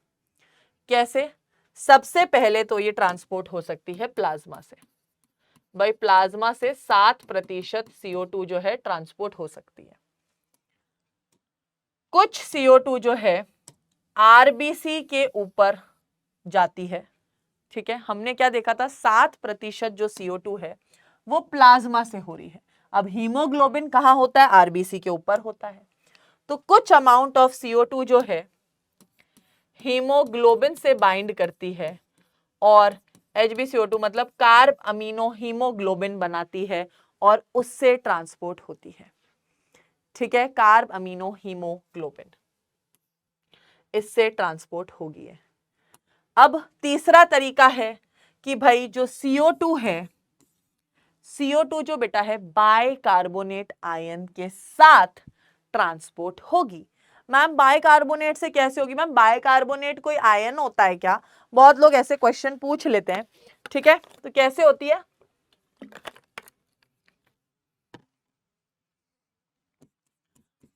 CO2 वाटर से मिली और एक एंजाइम होता है बेटा जिसका नाम होता है कार्बोनिक एनहाइड्रेज, इसकी प्रेजेंस में वो बनाती है H2CO3 और ये H2CO3 जो है H+ और CO2 में कन्वर्ट हो जाता है H+ मतलब और CO2 रिलीज करता है और ट्रांसपोर्ट करता है। कौन सा एंजाइम इन्वॉल्व होता है, कार्बोनिक एनहाइड्रेज। तो 3 तरीके से ट्रांसपोर्ट हो रही है, ध्यान देंगे। सबसे पहले ट्रांसपोर्ट हुई प्लाज्मा से, प्लाज्मा के बाद यहां पे अरे सो सॉरी, सबसे पहले ट्रांसपोर्ट हुई प्लाज्मा में, क्या है मजा आ गया, बह जाती हूं। फिर ट्रांसपोर्ट हुई CO2 हीमोग्लोबिन से मिलके, कितने प्रतिशत ट्रांसपोर्ट हुई थी इससे मिलके, 20 से 25%। फिर इसने वाटर से मिली, इसने बाइकार्बोनेट बनाया, बाइकार्बोनेट ने H+ और HCO3- बनाया और बाइकार्बोनेट आयन के फॉर्म में ये ट्रांसपोर्ट हुई। तो ओवरऑल जो CO2 है बेटा आपकी 3 तरीके से ट्रांसपोर्ट हो रही है, दैट इज 7%, 25% और बाइकार्बोनेट से 70%। सिंपल, ऐसे बेटा आपकी CO2 ट्रांसपोर्ट होती है। अब आता है आपका टॉपिक कि भाई आपकी जो सांस है, आपकी सांसें कौन कंट्रोल करता है। तो भाई हमारी सांसें जो हैं 2 तरीके से कंट्रोल होती हैं, that is neural regulation and chemical regulation. Neural मतलब दिमाग के 2 हिस्से हैं जो आपकी सांसों को कंट्रोल करते हैं, और केमिकल रेगुलेशन माने आपकी बॉडी के कुछ ऐसे केमिकल्स हैं या आपकी ऐसी चीजें हैं जो आपकी बॉडी को कंट्रोल करती हैं, रेस्पिरेशन को। तो अगर हम बात करें न्यूरल रेगुलेशन में, मेड्यूला, मेड्यूला का कौन सा हिस्सा है, रेस्पिरेटरी रिदम सेंटर, जिसे बेटा नॉर्मली कहा जाता है RRC। RRC is respiratory rhythm centre. Question आ जाता है कि भाई medulla, okay, respiratory rhythm centre किधर है, मेड्यूला में। पॉन्स के अंदर कौन सा सेंटर है, न्यूमोटैक्सिक सेंटर। आपके स्कूल एग्जाम्स में डायरेक्टली पूछा जा सकता है, explain regulation of respiration in 5 marks. तो आप कैसे करेंगे, आप बताएंगे भाई न्यूरल रेगुलेशन मेड्यूला और पॉन्स से हो रहा है। केमिकल किससे हो रहा है, सेंट्रल कीमो रिसेप्टर्स और पेरिफेरल कीमो रिसेप्टर्स। अब एक एक करके इनको समझाएंगे। न्यूरल रेगुलेशन में बेटा सबसे पहले आ जाते हैं आपके मेड्यूला एंड पॉन्स। तो मेड्यूला क्या है, रेस्पिरेटरी रिदम सेंटर होता है यहां पर। यह आपकी नॉर्मल रेस्पिरेशन से लेके आप जो फोर्सफुल रेस्पिरेशन कर रहे हो उसको कंट्रोल करता है, ठीक है। कि आपने फोर्सफुली ली, फोर्सफुली छोड़ी, नॉर्मल रेस्पिरेशन की, तो नॉर्मल और फोर्सफुल दोनों को कंट्रोल करता है। न्यूमोटैक्सिक सेंटर बेटा आपका एक स्विच ऑफ सेंटर होता है जो बेसिकली बंद करता है ना, लाइट बंद करते हैं। क्यों मैम, ये क्या करता है, open activation, it reduces inhalation, यह आपकी सांस लेने को कम करता है ताकि ब्रीदिंग रेट बढ़ा पाए। कई बार जैसे आप भागते हो तो क्या होता है, आप सांस ज्यादा भागते टाइम आप ज्यादा सांस नहीं ले पाते हो, तो आपकी हार्ट बीट और आपकी ब्रेथ रेट कितनी इंक्रीज हो जाती है। देखा एकदम, जब आप कभी देखना, जब आप भाग कर आओगे तो आपकी एकदम हार्ट बीट एकदम थोड़ा कंटिन्यूसली बीट कर रही होती है, नहीं। और कई बार ऐसा होता है, हम ऐसी जहां पे कम ऑक्सीजन होती है हम वहां पे ऐसे होते हैं, हम कंटिन्यूसली छोटी छोटी सांसें लेने लगते हैं। ऐसे आपने देखा पिक्चर में हीरोइन कैसे मरती है, जब विलेन गला दबाता है कहती और मर जाती है, नहीं। तो क्या होता है बेटा, न्यूमोटैक्सिक सेंटर जो होता है that is the switch off centre which reduces inhalation, ताकि रेस्पिरेटरी और ब्रीदिंग रेट को फास्ट कर सके। वहीं अगर बेटा हम बात करें केमिकल रेगुलेशन की, तो केमिकल रेगुलेशन हो रहा है आपका chemo receptors, central chemo receptors and peripheral chemo receptors. Central chemo receptors RBC में प्रेजेंट होते हैं। ये CO2 और H+ के सेंसिटिव होते हैं। अगर आपके ब्लड में कोई भी बदलाव आया है CO2 की या H+ आयन की कंसेंट्रेशन में, तो ये फटाफट से डिटेक्ट कर लेते हैं। या इनकी जो कंसेंट्रेशन है जैसे ब्लड में हो गई, या इनकी कंसेंट्रेशन बेटा हो गई आपकी CSF के अंदर, ये फटाफट से उस चीज को डिटेक्ट कर लेते हैं कि हाँ भाई यार, इसकी तो कंसेंट्रेशन में बहुत फर्क आ गया यार। ओके, फिर होती है आयोटिक बॉडीज। तो बेटा आपकी जो आयोटा होती है, आयोटा जो होती है आपकी, उसके अंदर आयोटिक बॉडीज होती हैं। क्या होती है? आयोटा के अंदर होती हैं आयोटिक बॉडीज। फिर होती है आपकी बेटा एक carotid artery. Carotid artery, carotid artery के अंदर जो होती हैं उन्हें कहते हैं कैरोटिड बॉडीज। तो अरे ये पता नहीं कैसे गायब हो रहा है, हद्दी हो गई, व्हाट इज दिस। तो आयोटिक बॉडीज क्या होती हैं? आयोटा में, और कैरोटिड बॉडीज होती हैं कैरोटिड आर्टरी के अंदर। अब ये क्या करती हैं? मिलजुल कर बेटा आपकी CO2 और H+ आयन की कंसेंट्रेशन जो कम हो रही है, उसको CO2 और H+ आयन कंसेंट्रेशन को इंक्रीज करते हैं, ब्रीदिंग रेट बढ़ाते हैं आरबीसी को सिग्नल देके। तो बेसिकली ये और ये मिलकर क्या करते हैं? ये दोनों रिसेप्टर्स, जैसे भाई आपका जो ब्लड वेसल है, ब्लड वेसल के अंदर ये आयोटिक बॉडीज और ये कैरोटिड बॉडी सेंस कर लेते हैं, अरे यार CO2 और H+ आयन की कंसेंट्रेशन में गड़बड़ हो रही है, विच मीन्स ऑक्सीजन की कंसेंट्रेशन में गड़बड़ हो रही है, तो फटाफट से ब्रीदिंग रेट बढ़ाई जाए। तो ऐसा ये करते हैं, ठीक है, कि भाई अगर CO2 और H+ बहुत ज्यादा हो गए, अरे भाई मर जाएगा, इसको तो ऑक्सीजन की नीड है, इसकी ब्रीदिंग रेट बढ़ाओ, सिग्नल दो आरबीसी को। तो ये फटाफट सिग्नल कैच करके आरबीसी को बोलेगा भाई कंट्रोल कर। तो ऐसे बेटा कंट्रोल होती है रेस्पिरेशन। ओके, चलिए अब आते हैं आपके डिसऑर्डर्स। सबसे पहला डिसऑर्डर आता है अस्थमा। अस्थमा एक एलर्जिक डिसऑर्डर है। जैसे कहीं होती है ना, साउथ दिल्ली गर्ल्स, मुझे तो एलर्जी हो गई, अच्छा सॉरी यार, पीनट बटर और डस्ट से मुझे बहुत ज्यादा एलर्जी है, होता है ना, कई लोग होते हैं मुझे एलर्जी बहुत ज्यादा है। तो but asthma is actually a disorder बेटा, जो एलर्जिक रिएक्शन होता है। ये क्या करता है? इंसान को सांस लेने में डिफिकल्टी होती है, क्योंकि बेटा उसकी जो है वेसल में इन्फ्लेमेशन हो गई है। ये देखो इन्फ्लेमेशन हो गई है, ये वेसल नॉर्मली कितनी खुली है बट फुल स्वेलिंग हो गई है, ठीक है, और इसकी वजह से वॉल ऑफ ब्रोंकाई स्वेल हो गई हैं और ब्रोंक्यूल्स, तो इंसान सांस ढंग से नहीं ले पा रहा है, स्पाज्म हो गया है स्मूथ मसल्स में, अब अच्छे से इंसान सांस लेने में डिफिकल्टी आ रही है, और उसकी अजीब सी, आप जिन लोगों का अस्थमा होता है ना, उनकी ये वाली आवाज बहुत ज्यादा आती है, वीजिंग साउंड, ये वीजिंग साउंड बहुत ज्यादा आती है, is produced during breathing. This condition is called as asthma.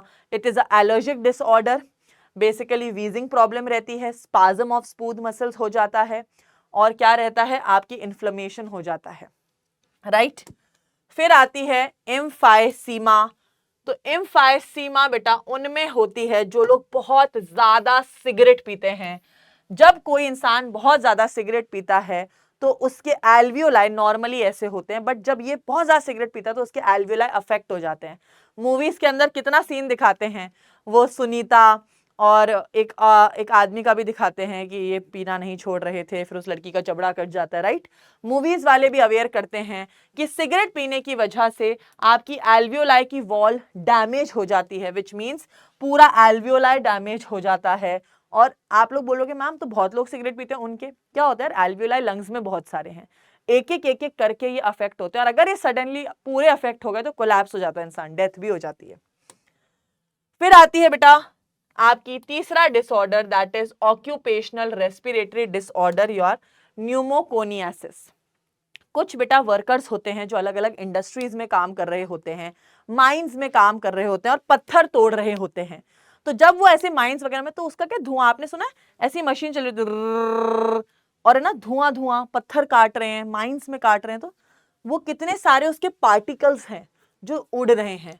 तो जब वर्कर्स बेटा जो कोल फैक्ट्री, माइंस या स्टोन ब्रेकिंग फैक्ट्रीज में काम करते हैं, वो इन पॉल्यूटेंट्स के कांटेक्ट में आते हैं और उनकी लंग्स में बेटा फाइब्रोसिस हो जाता है। देखिए ऐसे ऐसे, जैसे इसने सिलिका इनहेल किया तो एकदम फाइबर्स, ऐसे फाइब्रोसिस हो जाता है लंग्स के अंदर और उन्हें सांस लेने में डिफिकल्टी होती है। यूजुअली ये इंडस्ट्रियल वर्कर्स, माइन वर्कर्स, कोल फैक्ट्री वर्कर्स के अंदर पाया जाता है डिसऑर्डर। चैप्टर होता है आपका खत्म। अब आप लोगों को इसके नोट्स और एनसीईआरटी की रीडिंग करनी है बहुत ही बेहतरीन तरीके से। रीडिंग नहीं करेंगे तो बहुत ज़्यादा डिफिकल्टी आएगी। साथ में क्वेश्चन प्रैक्टिस करें। लेक्चर देखने के बाद ही कोशिश करें अपनी एनसीईआरटी, अगर आप स्कूल एग्जाम की तैयारी कर रहे हो तो एनसीईआरटी की बैक एक्सरसाइज के क्वेश्चन इमीडिएटली सॉल्व कर लेना, ठीक है। और अगर आप नीट की तैयारी कर रहे हो तो एमसीक्यू क्वेश्चंस की जो कॉपी है या पीवाईक्यू उठा के उनको लगा डालना। अब एक इंपॉर्टेंट बात यार तुम लोग सुनो, बहुत बच्चों की क्या आदत होती है प्रोक्रेस्टिनेट करने की, कि मैम यार हमने ना बैकलॉग हो गया। अब आप लोगों ने क्या है पूरा साल तो पढ़ाई करी नहीं, उसमें भी कई बच्चों के बैकलॉग हो गए। अगर आप बेटा इधर भी बैकलॉग करोगे वन शॉट लेक्चर्स में भी, तो आप पढ़ाई कब करोगे? तो बैकलॉग नहीं करना है। मैम के साथ 2x स्पीड पे देखो, रिकॉर्डेड लेक्चर है, 1.5x पे देखो, नोट्स बनाओ, एनसीईआरटी की रीडिंग लगाओ, टाइम सेव करो अपना जहां पे कर सकते हो। कि एंड मोमेंट में आपको टाइम की बहुत बड़ी अहमियत होती है और सच में बता रही हूं, टाइम एक बार जाता है तो वापस नहीं आता है। बिकॉज जैसे इस साल नया हुआ, every year there is 365 days, every month has 30 to 31 days, every week has 7 days and every day has 24 hours। और ऐसा ही बेटा समय जो है निकलता जाएगा और तुम वहीं के वहीं रह जाओगे। तो कोशिश करनी है कि हम उस समय का पूर्ण उपयोग या हम उस टाइम को प्रॉपर्ली यूटिलाइज करें और अपना सारा बैकलॉग कंप्लीट करें और प्रोक्रेस्टिनेट ना करें। वरना बेटा इन्हीं 24 घंटों की तरह दूसरे 24 घंटे भी आ ही रहे हैं, वो भी निकल जाएंगे एंड आप ऐसे ही बैठे रह जाएंगे। तो फटाफट wake up yourself and work for yourself. मिलते हैं बेटा नेक्स्ट लेक्चर में, तब तक के लिए बाय बाय एवरीवन, टुडेल्स।